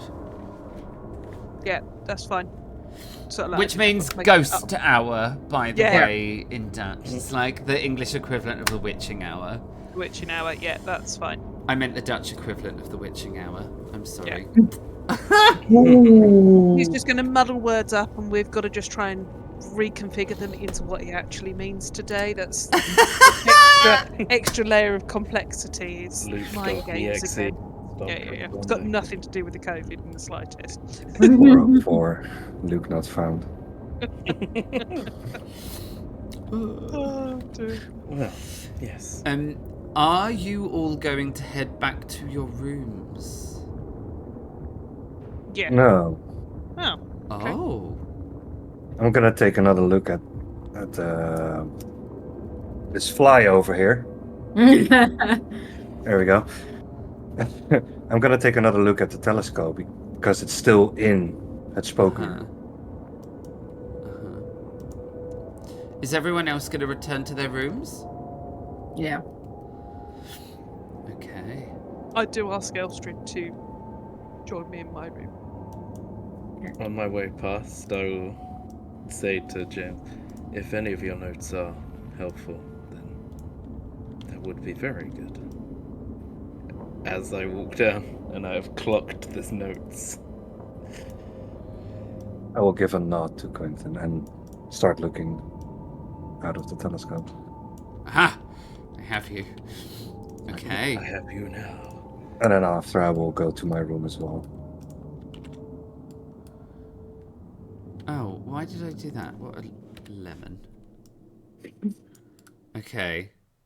Alright, fab. That is going to be a perfect place for us. That is going to be a perfect place for us to go for our break. Yep. Hell yeah. So, we are going to go for a... we're going to go for our break. Our short rest. We're going to roll some hit dice. We're going to do all the things. Drink some consumables. Tiny hut. You know, the whole shebang. Yeah. Okay. Shall we go in on the hour? Or would you like 5 past the hour, guys? I'm fine with that. Fine with either. I'm fine. On the I hour. said There you on go. the hour. Thank you. Useless, the lot of you. All right, we are going to go for our short rest, our little break, and we will be back on the hour. We shall see you then. Witching hour. Ooh.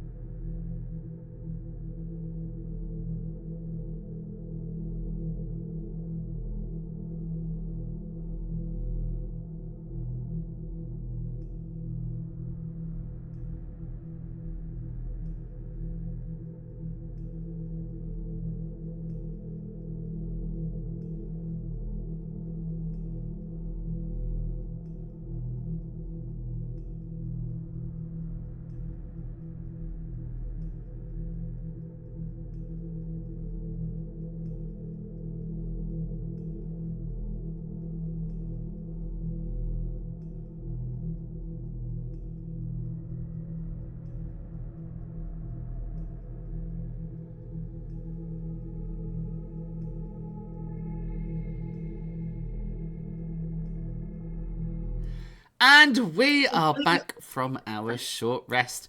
We have rolled some hit dice. We've got some consumables. We've had some snacks. I have digestive biscuits with chocolate chips in them. It is life-changing. Ooh. Have you done the digestives with the caramel and then? No, that's too much. It's not. It's too I much. promise you, it's With not. caramel? It's too much. Yeah, I don't like it. Yeah, too sweet for I may be me. driving out after this stream. Heading out to Sunday. Tesco. It's Sunday Yes. in the UK, Co-ops. which means I'm fucked. Find You a can co-op. wait midnight. You can wait midnight. Doesn't stuff open at midnight at that point? No? Nope. Cool. 8 o'clock in the morning normally. Shoot. You'll have to wait until tomorrow, I'm afraid. Look, now we're talking about biscuits on stream. This is why we're a little late back. Everyone, we were talking about Wellington boots. What? Now we've been sidetracked with biscuits. Also, watch out. We were talking about cookies, not biscuits. Cookies are different. Yeah, cookies are different to biscuits. Oh, come on, British people. No, there is a difference. Cookies and biscuits are very different things. I mean, we invented Yes, both, so... we would know. I don't know if we did invent both. I'm just being sassy. We did now. Who- We heard Is it it here. like the Jaffa cake with cookies though? Isn't it that like with Jaffa cakes go stale, so they're not classed as a biscuit, whereas Yeah, cookies they're a are cake. Yeah, so cookies are. I mean, different they're cool because of cake. their- I'm gonna upset the British. I don't like Jaffa cakes. I'm not upset More because for it means me. I get more. Can't wait till October, then I can try them. You don't have them in the nether regions? We don't have them in Italy either. Yeah, but we've already talked about Italy and Italy's poor. No. All the poor Italian people who don't have we like- macaroni cheese or We deep have dish our own pizza. food. It's good food. I We don't think it is. You don't have Man, macaroni take cheese. a bite into a chocolate digestive and tell me that's not good food. We get digestive actually. That's good, This is good eating. entirely. This is entirely not the society at all. I'm trying to prepare you all No, because this is Lily, Elstrad, and Quentin on the way down to the rooms. Yes. Oi, Absolutely. biscuits. Discussion of biscuits And welly wanging. and welly wanging. Yeah. You've wanged your welly. Yeah, because I'm assuming like are we all like from Has different? Lily ever worn a pair of wellies? Ever? No. Even myself as Charlie, this is still a thing about them. I'd rather just not bother. They're hard to put on. You have to Yeah. like dislocate your Yeah. ankle to put your foot in. And then because you, especially if they're tight wellies, then you've got to try and get them off, and then your hands all covered in mud because you can only pry them. Yeah, no, Yeah, just It's far too use a much pair work. of trainers. just Chuck avoid the mud. trainers. Hose the Also- children down in the back garden. Absolutely fine. Done.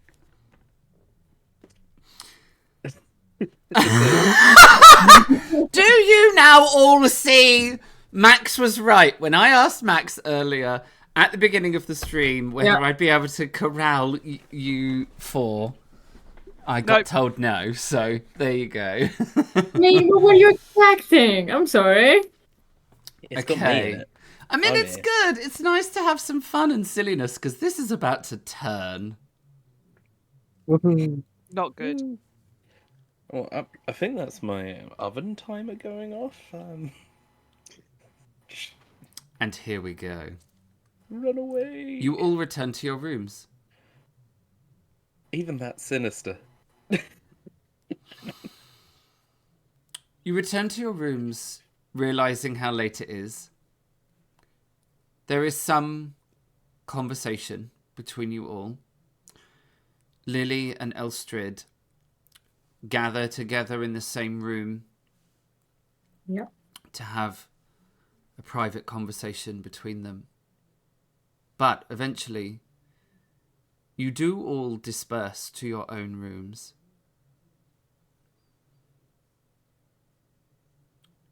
You get yourselves comfortable, go through your nightly rituals before the four of you go to bed.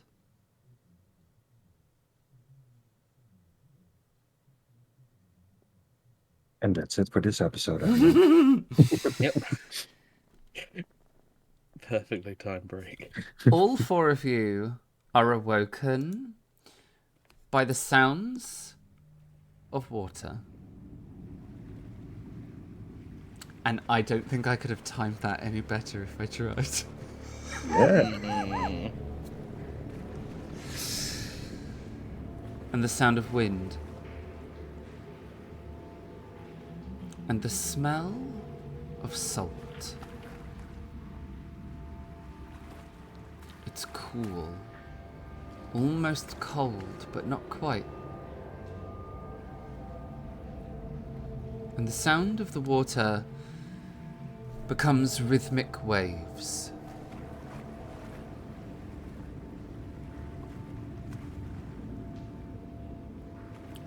The sound stirs you from your sleep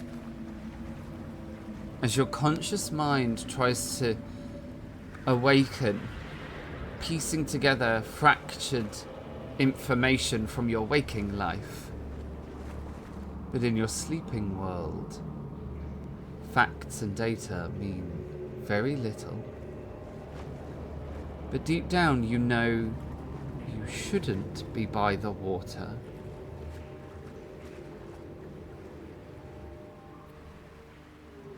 And each of you awaken.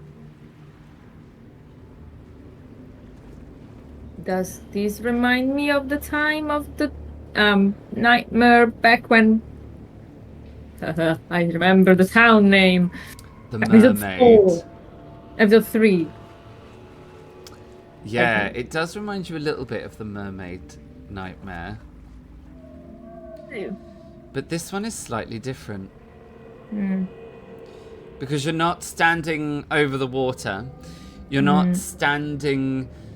There's no singing, there's no... It's just the sounds of water, and it's cold, and it smells slightly salty, and you stir, and you awaken.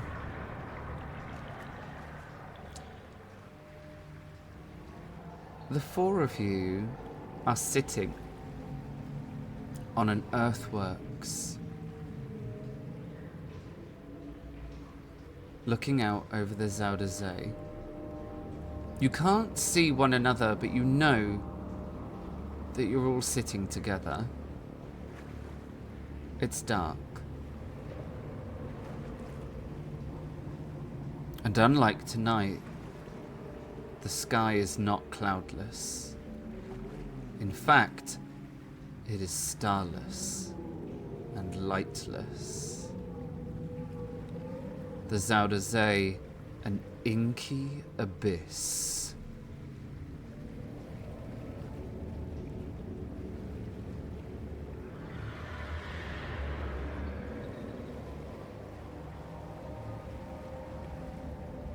It fills you with dread. The dread of nightmares, senseless fear, illogic anxiety. And that only escalates when each of you realize you cannot move. You are sat frozen in place, staring out over the sea.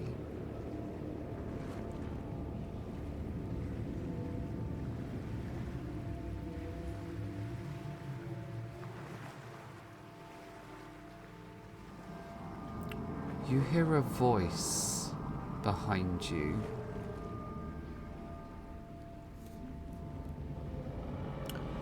It's not a creature. It's not a monster. It's not an otherworldly being. And that is what makes the voice so terrifying. For it is a human voice.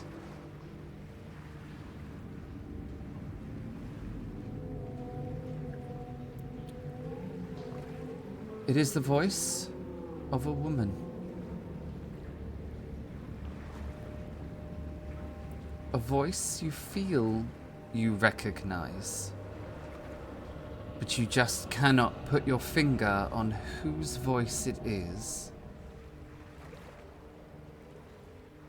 and they ask you a simple question. Where is the mirror?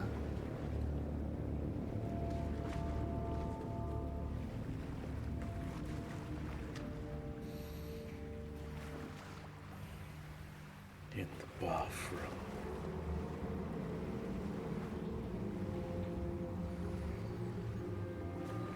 Or in Lily's purse. I feel there's many there. I don't know why you'd think that. The reason why we cannot really pinpoint whose voice it is because it's kind of distorted. It's like, you know when you're not quite awake and your brain just comes up with all sorts of weird and wonderful things. None of them are necessarily true. You're kind of in that state now. And so your brain is trying to think, but it's just not quite awake enough to do so. It's how my brain is right now. Really easy for you to explain then. That's great. So we're not... Are we aware of each other's presence, or is this all sort of an Yes, but you individual can't thing? see each other. Like, you all know you're there. We could And hear when each you- other when we spoke. And when you answer, you can hear one another, but you Okay. just can't see each other. It's like you're sat on this earthwork looking out over the sea and you're completely paralyzed. Like, there's no moving. So all you can see is just straight forward, and that's the water. Funny. Funny, funny, funny. But I don't hear anyone laughing. Now answer me the question. Where is the mirror? I know you found it. What mirror? You just asked about where is the mirror, I answered.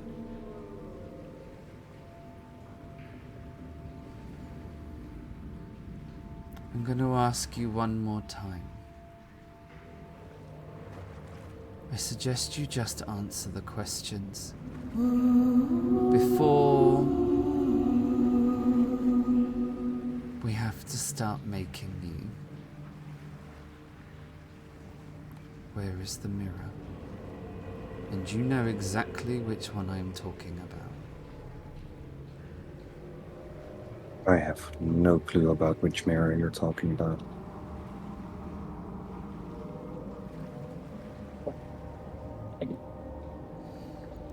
One of you will tell me.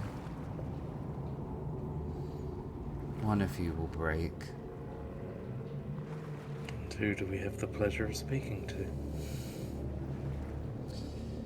I'm asking the questions here. You're supposed to be giving me the answers. But I see being polite isn't going to work with you. So let's give you a reason to talk. You see, all that concrete round your feet is going to start dragging you into that water any minute now. And as soon as the voice says the word now, you feel the intense and heavy weight around your feet and your inability to move your feet or even wiggle your toes. And there is that horrendous and horrific moment where the adrenaline courses through your body as you do indeed begin to slowly slide down the earthworks towards the inky abyss of the Zauderzee. We can't see this though, can we? Because we can only see straight out in front. But you feel it. All the Is that all of us? sensations. Uh-huh. Oh, okay, fair enough. I didn't know it was just any Quentin. way Oh, it's all that y'all. we Oh, wicked. anything that can tether this to real life or dream at all, or is it just too brain addled to It's even too piece together? brain addled. You're slowly becoming more conscious of things. And that is, you know, Worrying. the concrete, the sliding towards the water. Like, as you become more conscious of what is happening, it becomes less believable, but also far more real. Do I have my raven on my shoulder? You do not. And there is no That's it. Scuddy here either. Now then, I suggest someone answers the question before you all drown.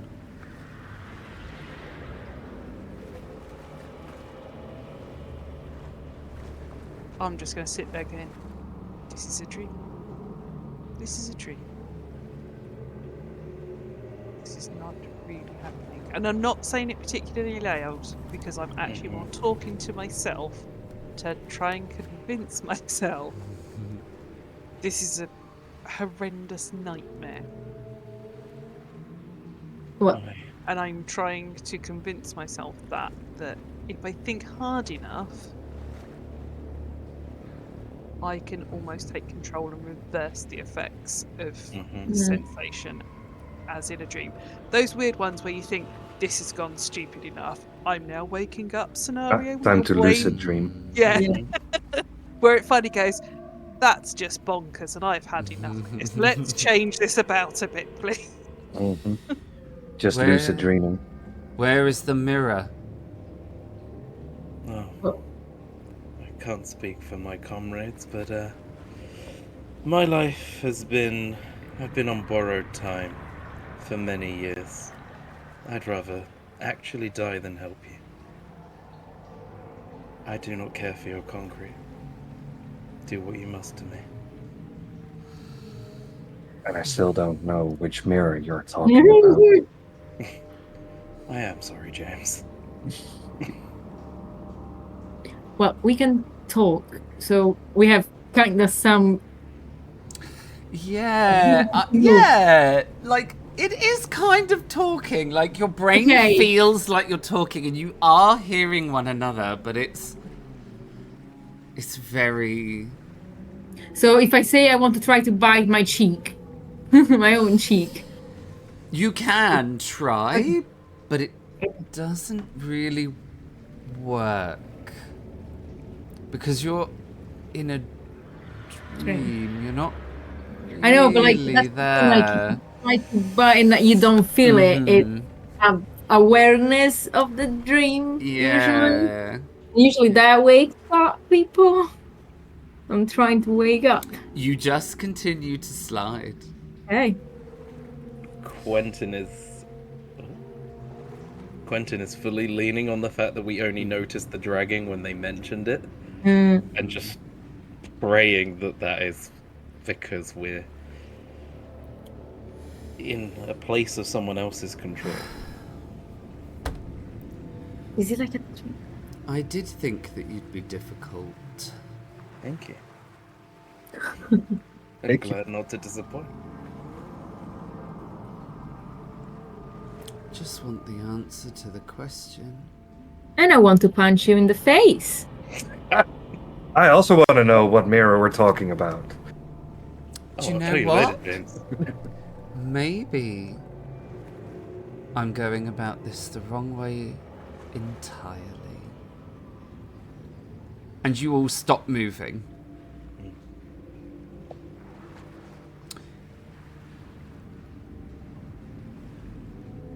I'm No. impressed with myself because I think I've done it myself. Yeah. Quentin. Yes. You'd rather die than help us? Mother always told me not to trust or talk to strangers, and I'm a good boy. Are you willing to witness Elstrid's death? And as they say that, the three of you see Elstrid kind of appear in front of you and start sliding towards the water. Don't you Yeah. fucking dare! Now, will you answer the question? Or are we going to have to watch her drown? I will just lock eyes with Elstrid and just stare at her.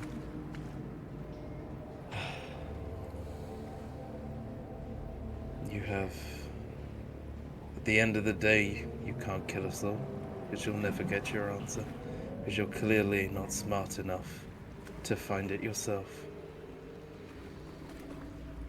You need us, and if you hurt a single hair on the head of my friends, I wouldn't tell you anyway. If it means that it takes me 5 times as long to find the mirror by myself, so be it. If I get to watch you all die one after the other tonight, I'm gonna have the best time. 5 times as long? How long have you been looking? It took me less than 24 hours. Where is the mirror? Wouldn't you like to know? Oh, they really would.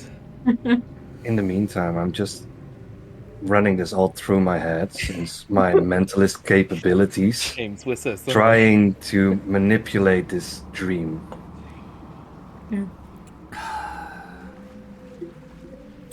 Maybe No. we should drag this out a little bit. You're obviously not gonna tell me until you really see some consequences. Maybe tomorrow night you'll be a little bit more receptive to the question. Why do you even want the mirror? You've earned none of our trust. I don't need your trust. I don't actually need any of you. That's what we think. I just want to find the mirror and everything beyond it. I'll find it myself. I just thought it might be easy to ask you first. I wouldn't call this asking. I mean, it's more demanding. I mean, it is now. I asked nicely to start off with. Now, where were we? I think you need to reestablish what nicely is in the vocabulary. I think you got lost in translation. I Would would you take. start with a hi, how are you? My name is. By Mm, the way, there's a mirror I'm looking for. Have you seen it? yeah, follow the You know, template. just basic. I would take a very deep breath. Because for one of you, this is the last one. And Elstrid begins Yeah. to slip into the water. I don't think it's slang right now in this moment in time for the story, but bite me. It's cold. And it is water. And it is Yeah, the Zauderzee. it's fine. I'm not scared of water. I would say last chance, but actually, I'm not going to ask you. I'm just going to. I am gonna ask you one thing though. Is this the same thing you did to Leonard?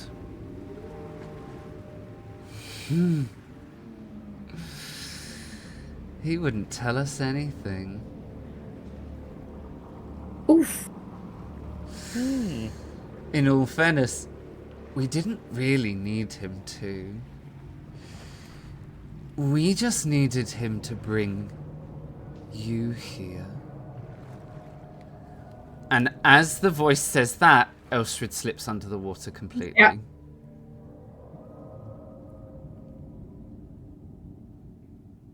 It's water. And your body reacts to that water, but there's no escaping. There is nothing you can do.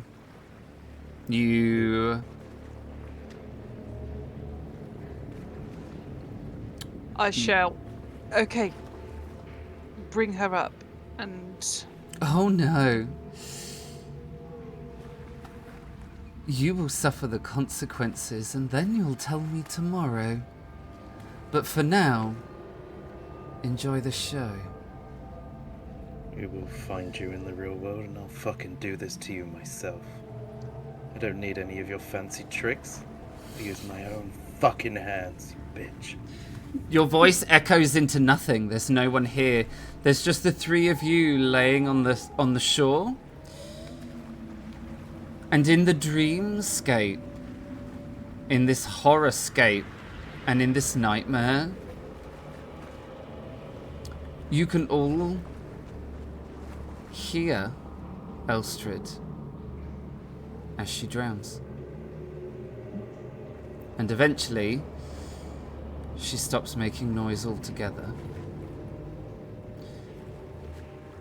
And as the silence of the water, as the silence of death kind of presses in over the top of everything else, there is one sound, one noise, a singular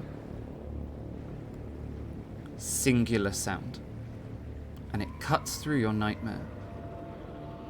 It cuts through your dream. It tears everything asunder. The vision, what you see, hear, smell. You are aware of one thing and one thing only. And it wakes you up in the real world, in a cold sweat. Deeply traumatized. I need each of you to roll me a fear check. So it is either a empathy or a logic roll, and you have 2 hinders and a help.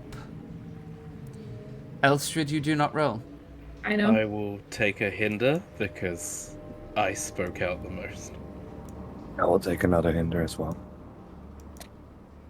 Take the help then. These fear checks have gone so well for me in the past.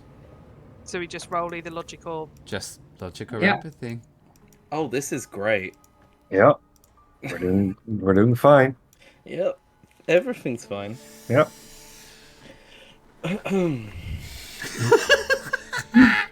Dramatic pause for roll 20.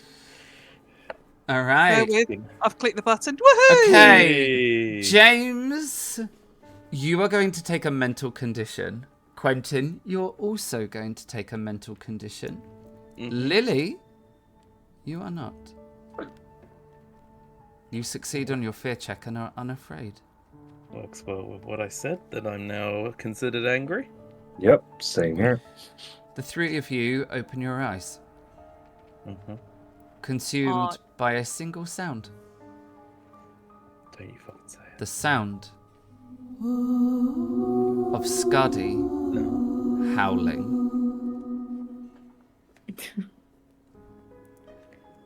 I don't even care if the door is locked to her room. I'm I was kicking gonna it say- down if I have to.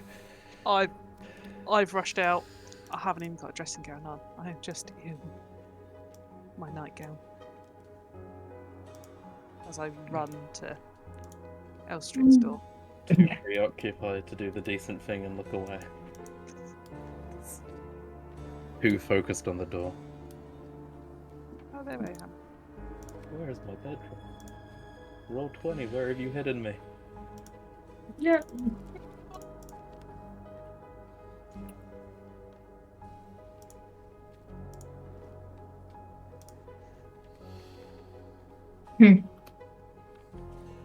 Okay.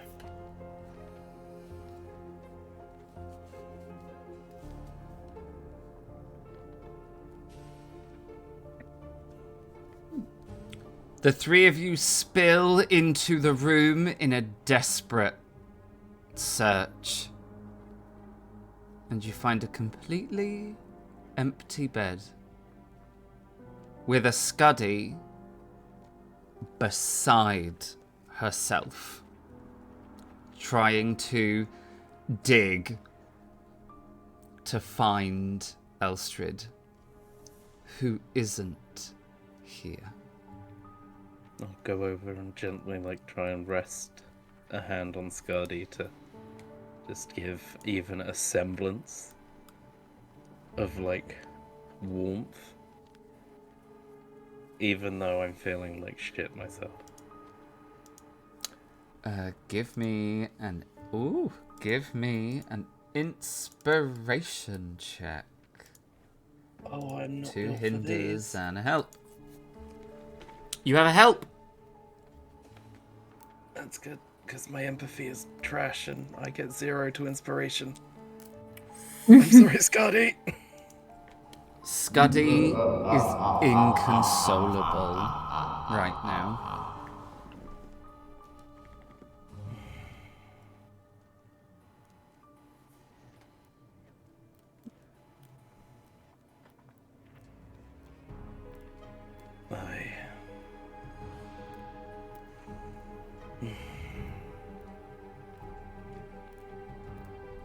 Should have been me.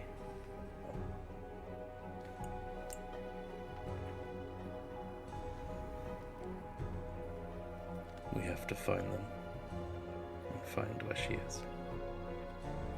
That we can agree on. It's got personal. No offense, James. I know he was your friend, but it's even more personal. None taken. I think we head to the room and do some research. I don't know enough about it. See if it makes and it takes people where they actually go.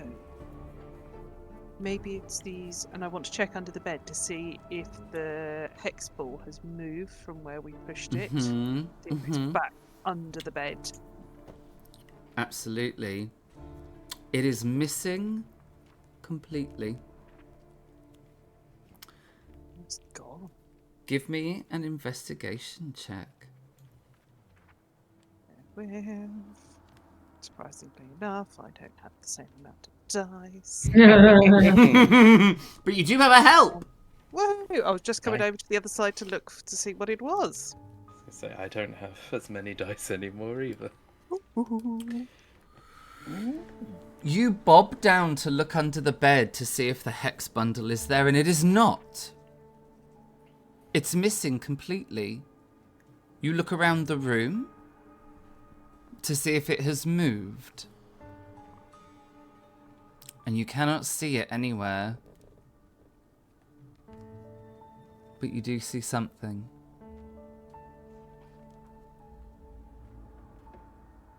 There is a tiny square of paper the size of a post-it note on the bedside, on the dresser. That's the word I'm looking for. On the dresser. And there is something on it.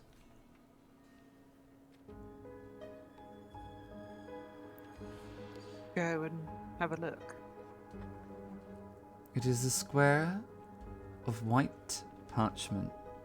Of very good quality, I might add.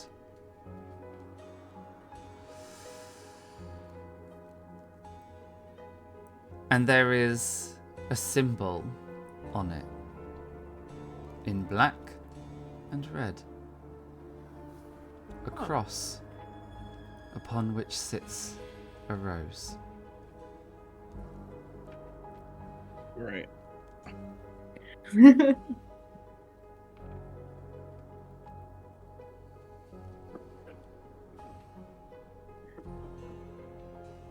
I'll take it that from where I'm standing, I can see this little piece of paper.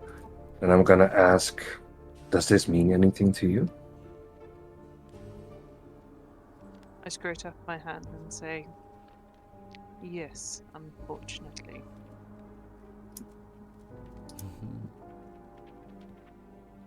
Do you screw it up and then throw it?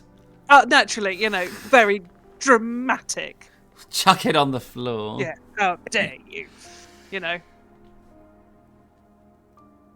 In complete Lily style. Oh, I don't know what to do with Scotty.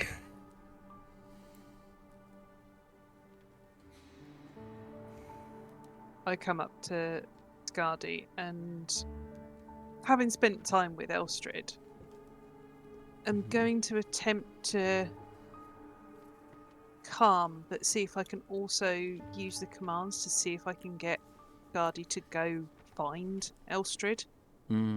See if she can point in any direction. Run out the room, run somewhere, I don't know. Scotty does search. Scotty does this thing where she looks at you when you give her an instruction and you ask her to search, and she kind of looks wildly around the room, walks in a circle, and then lays down. And you know that that's Scotty saying here. Yeah.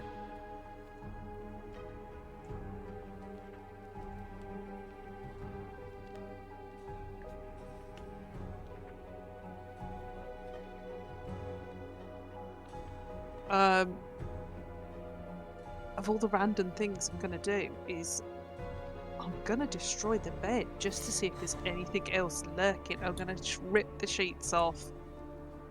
You know, check if there's anything unusual on the mattress or something like that. Knowing blatantly well there won't be, but it's that sort of like I've got to check. Desperation. It's that sort of like I've just got to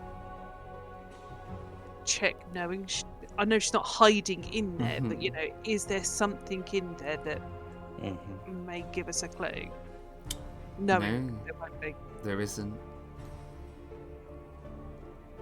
Gwyneth's just pacing. Scotty does hop down and sit right next to you while you destroy the bed. Destroy that bed. Professor Jackdaw, what are you doing? Searching this chest in front of me. The chest seems to have a few of Elstrid's belongings. It's all of them. It is all of her belongings. But Panties! do you know? Oh, for God's sake! Panty Ray. She's dead for 5 minutes and She's dead for 5 minutes and you're out of Doesn't need these I am anymore. so sorry. This is not how I envisaged the society when I set this up over a year ago. Yes, it is. Yes, it is. Don't lie. It's like a few of Elstrid's belongings, very orderly, put into the chest of drawers. What you do see is there's like a little crumple sound as you stand on the crumple of paper that Lily threw onto the floor. I will pick it up and take a look at the paper again. And go thoroughly look at every little line, every little... Has something written on the back. And when you kind of peel it flat again, it just says, "Where is the mirror?"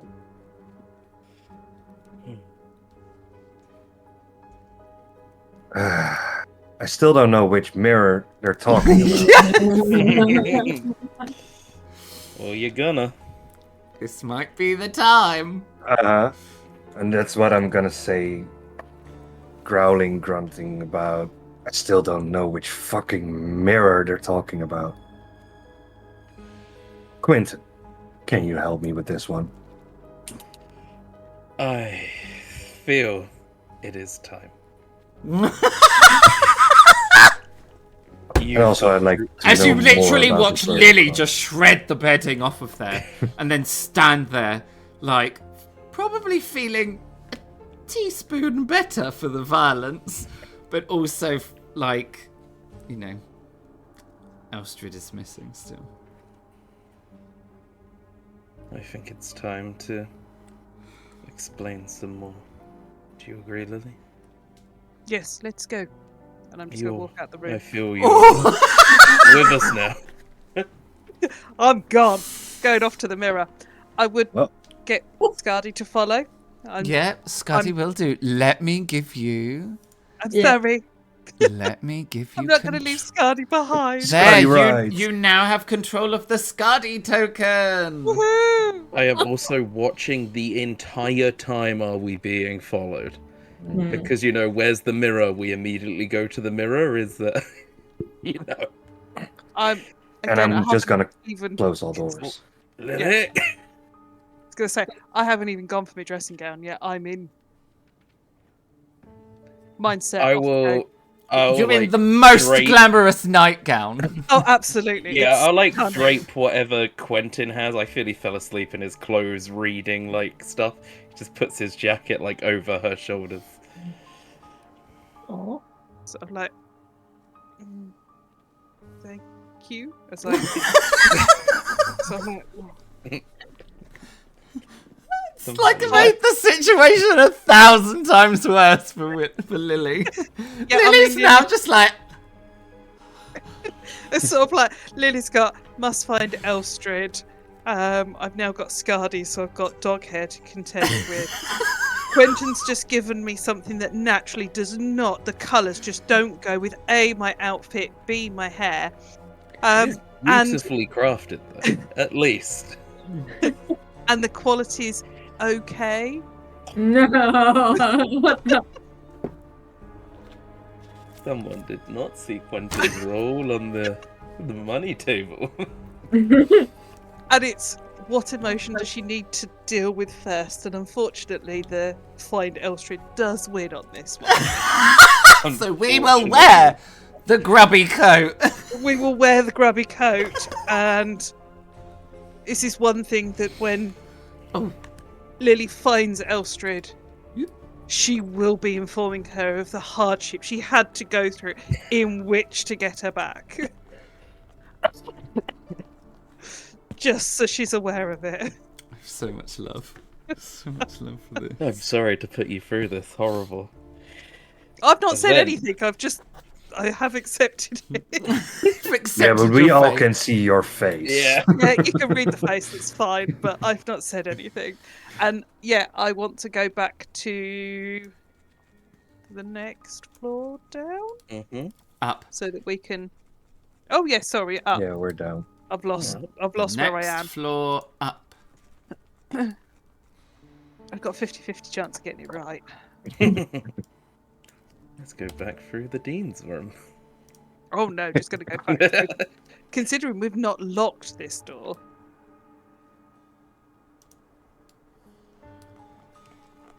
Again, big old check. Yeah, Quentin, give me that vigilance check. I am checking as well, by the way, so... You can do the vigilance check with... Okay, so you get a hinder, but you can...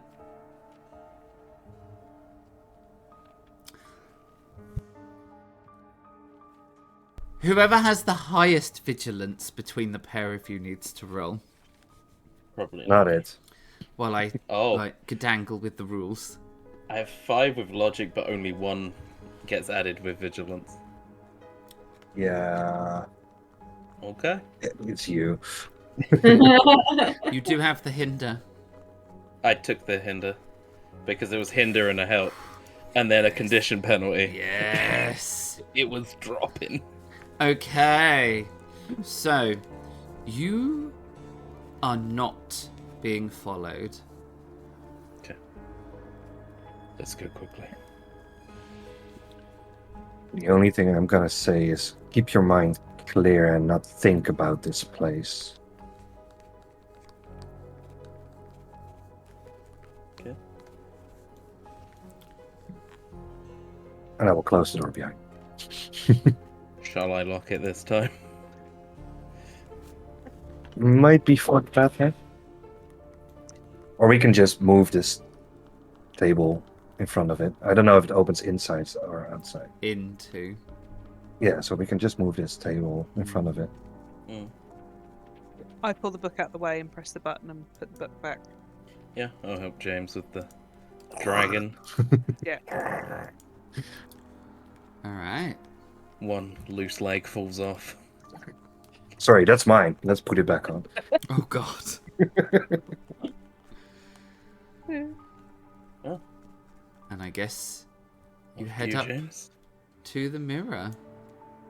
Yes. Step back so you don't have to like awkwardly squeeze. Yeah. Thanks. Maneuver yourselves, please.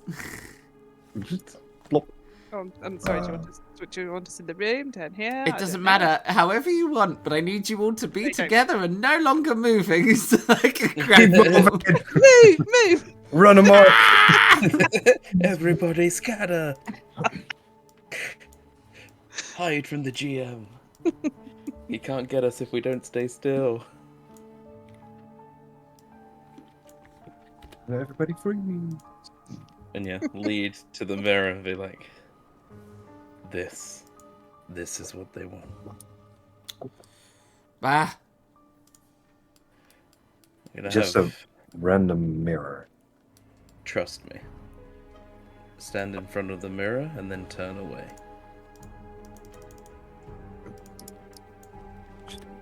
And I will just do that. And I'll do the same. okay. The three of you stand in front of the mirror and stare at your reflections in the strange library beyond. Push you. Thanks, Hey, blast demon. Elstrid. Yep.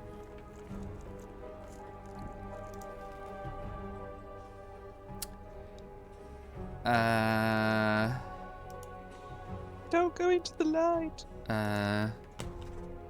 Keep breathing.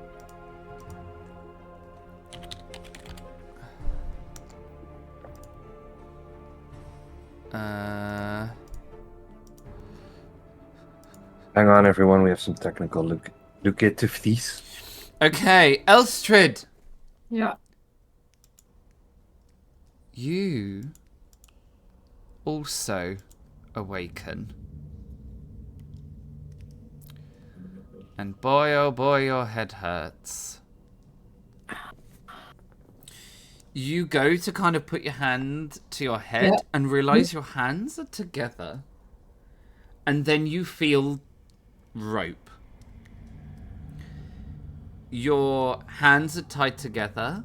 So are your elbows. Wow. And so are your legs. And you realize immediately whoever has done this Knows they're not. knows what they're doing. They were a scout. You blink your eyes a few times and realize you're wherever you are, you're in the dark. The complete dark.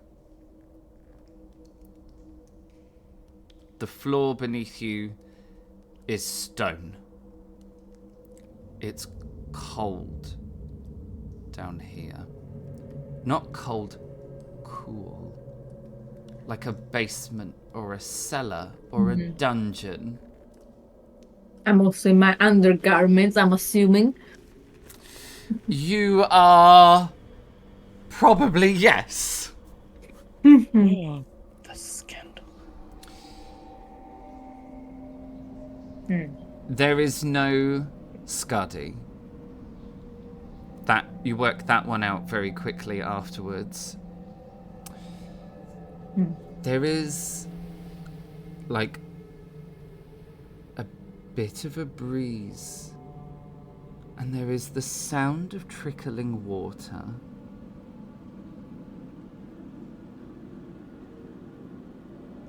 And there is a strange,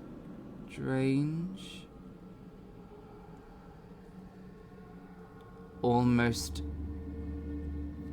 mechanical sound. Like something was clicking. Familiar clicking?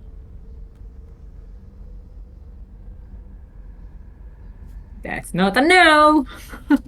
Familiar clicking. It could be but that's where we're going to end tonight's session. Ooh. Boom. You can't be booing me! I mean, yes, I can. I just did. Mhm. Rude! Ghastly behaviour. Us versus him.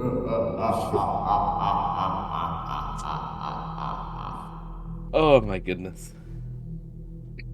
Luke. Mhm. Et voila. Down. I did tell you it was going to get really dark really quickly. Yeah. Welcome to the Mhm. society, James. We're getting moderately tortured is always a possibility. Yay! And there's kidnap and maybe murder and it's all the good stuff. Yeah, finally time to tell you we're not just exactly who we said we are. Yeah, apparently so. Once I you've need to been, read more about this society. once you've been captured and tortured together, you're like bonded for life. That's it. Friends forever. BFFs. Yeah. T BFFs, in fact. Torture best friends forever. Yeah. Again. Also, this is not even my first kidnapping. I mean, Congratulations. Yeah. Just You so want a deserved. medal? is this where you go? Could somebody stamp my kidnap card, please? Up to 5, I get a free knife to free myself. Oh god. Oh gosh. Well, there you go. That brings us to the end of this evening's Didn't session. get her killed. So we're gonna do what we Yeah. normally do, which is we're gonna go around to our fabulous cast members. Who are they? Lily Holstein Romanoff, aka Lily Holster. Who are you? Who did you play? Where can we find you? What do you want to say? Well done. You said that beautifully compared to the rest of the tonight. It's because I've had a drink. Yeah. Oh, everything. Perfect. Must do it more often. Yeah, so I am Charlie and I have thoroughly played this evening playing Lily Holstein Romanoff, aka Lily Holster. Just not had the chance to use her holster this session, but I get the feeling it's coming. Can't really find me anywhere. Pretty antisocial, I think is probably a good way of describing it. You can find me obviously here. And occasionally I sail with Dapper David and Mutinous Mikey. Just want to say thank you to everyone this evening. I have thoroughly enjoyed insulting everyone yet again. Derailing the DM has been again most entertaining for me. But yeah, I just want to say thank you ever so much. And if nobody understands welly wanging, please Google it. And Carefully at home. Yeah. Put the welly part first. correct, yes. Otherwise, you Welly. are going to find things that you really don't want to see. Or that you might. Yeah. well, In which case, enjoy. You're welcome. absolutely. But Try yeah, with no, and without the welly. British. What can we say? absolutely. And yeah, maybe one day we'll meet and we can have a competition of. Oh my god, a Welly wang. society welly wanging competition. Oh, please. Next summer. Let's have While a- we stream as well, all at the same time. Let's stream our wang off. And there we go. I have yet again derailed things. And at that point, I will leave that and somebody else can. Just hangs up the call. Yeah, and I'm done. Bug it James Jackdaw, who are you? Who did you play? Where can we find you? What do you want to say? Well, My I'm face Joey. hurts. I'm Joey. I've been playing Professor James Jackdaw. And you can find me on Twitch under Joey Stitched, as Mikey just put in chat. Same goes for all my other socials. Instagram, TikTok, Twitter even, yeah. And what do you want to... Oh yeah, now it's X. I'm your name. Going hard on X. And what do I want to say? Well, this has been an adventure. I've witnessed my That was mysteries. it. I've witnessed Elstrad missing. Whoa! It's a good first chapter. I got my first mental condition. Yeah. I would like to say Now better you're from there, but Exactly. Now you have trauma. You're interesting. we like you now. Yeah, we can all be No, trauma the trauma is friends. like- Trauma is kind of like a requirement from the start. It's in the character sheet. You're all right. Oh, I meant for the cast, but sure, yeah, let's go for character.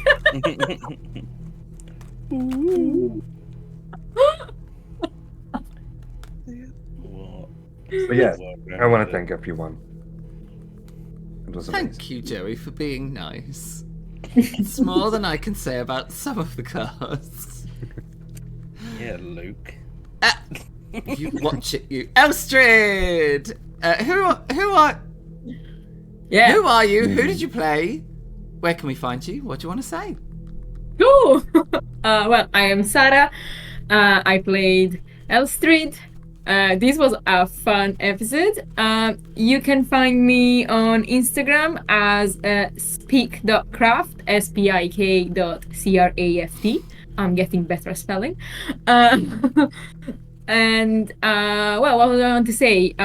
Obviously, I wanted to thank the cast. These last few episodes has been absolutely great. I want to thank Luke. Without you, without our storyteller, we wouldn't be going anywhere. I would like to thank also the crew behind the scenes. Without you guys, really, we wouldn't be going anywhere.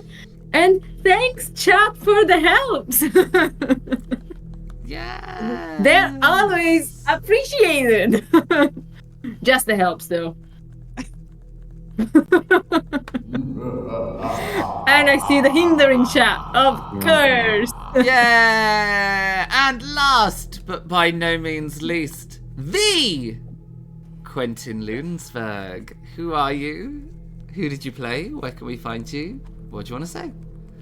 Yes, I am Matt, and I was playing the Quentin Ludensberg that got, a fair helping of both Nightcaps and spooky shit, which is all we can wish for in an episode of the Society, and also got a fair helping of some great GMing and, some amazing interactions with the rest of the cast. It has been real fun getting this group together, which is almost affectionately team privilege, which I don't know how I feel about completely, but it's a thing that's happened. You can't really find me that many places at the moment. I'm fairly inactive online at the second, but I would also like to final shout out to my mate Matt G, who has consistently sent me a picture of myself in the stream and a good luck every time this chapter, and that has been very sweet. Yay for cheerleaders! But Yeah. thank you all. It has been wonderful yet again. Matt did a t-shirt. Oh, Yeah! the t-shirt. T-shirt. My little necromancer. It's too cute. Oh my god, it Spoopy gives cat. us life. Gives us life. I'll Right. choose a cool t-shirt every week. Well, my name is Loki, and I was your GM for these dark and thrilling tales. You can find me here on the Society all the time, every week. And I spend the whole week planning for this. Yay! Nice. Devoted to my Society, baby. Woohoo!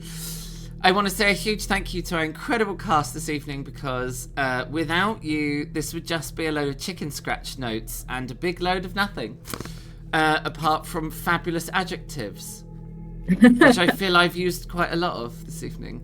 I did use the word undulate, and I felt very happy about Yeah, that. it was noted. Yeah, it was great. if you, on the other hand, would like to see me on the other side of the GM screen as a player, that's right, as a player, you can. Over at Grumpy Battersby's channel every Thursday at 7 p.m. GMT. I think at the moment it's GM. Time zones are hard, everybody. 7 p.m. UK time is how I shall describe it. Where I play Flink, the criminal hacker, in the most ludicrous world of Judge Dredd you've ever known in your life. Ever. I can't tell you how much fun we have. Head on over, come and see us. It's a ridiculous amount of fun. And as I said, you get to see me as a player, which is a bonus. Other than that, you can catch us here every week doing this and having too much fun. My cheeks hurt. My cheeks legitimately hurt too much laughing. I laughed so hard I started coughing at one point. Yeah, I mean, too much laughing. I was laughing so hard, I was like, if I start coughing, I may never stop. So I just had to keep laughing and hope that I either stopped laughing or suffocated. Either way. We're going to head over to the... in life. We're going to head over to the credit roll before anything else ridiculous happens. We're going to head over to the credit roll. So we're going to say goodbye to our cast for the last time this evening. Say goodbye. That's it. Lovely waving. Fabulous. The right one? This is the one! I was confused by the fact that everyone stopped moving all of a sudden. I was like, uh-oh, my computer's breaking like right at the end. But it's not, we're fine. Here are the credits. The credits are over here. Over here. They're over here, are the credits. I'm sorry, you can't hear everyone talking in my head. Only I can. So this doesn't make any sense to any of you. I'm so sorry. Anyway, I'm gonna ignore all the people. Okay, so here are our credits. They're over here. If you have seen anything in tonight's stream that you would like to add to your own tabletop games, whether they are IRL or virtual, please head on over and check out these amazing content creators and the incredible resources that they have on all the various platforms that are coming up. You can also catch these in the description down below if you're catching up on YouTube, and they appeared in the Twitch chat earlier on. One of our fabulous mods may put it back into the Twitch chat so you can get easy access to all of the links. We will be back at the same time, same place next week, carrying on Chapter 7, which I imagine is going to escalate in its intensity and excitement as our brave souls try to rescue their missing counterpart. In the meantime, I hope that all of you have an incredible week in between now and the next episode. And I want to say a huge thank you for all of you for coming along and joining us on our ridiculousness this evening. We really enjoy playing this game, and we stream it so that we can share all of this with you. So really, without you, the stream wouldn't be here, and we wouldn't be laughing and making our cheeks hurt every Sunday night. So a huge thank you to everyone that came and joined us this evening live on Twitch, and everyone who catches up on our YouTube. We really appreciate. We really appreciate you and you coming along and supporting our channel. That means it's raid time. So we have a raid target ready. No, I can hear you. I've just had a lot of practice at ignoring you all. /raid. All right. Who are we raiding then? Mutinous Mikey. Lelling. Oh, Lelling. Oh, we like Lelling. We are going to be heading over to raid Lelling. They are playing Vampire the Masquerade, the original video game, everyone. I'm very excited. Let's do this. Let's head on over. I'm excited. Let's do this. In the meantime, thank you so much. And I will see you next week.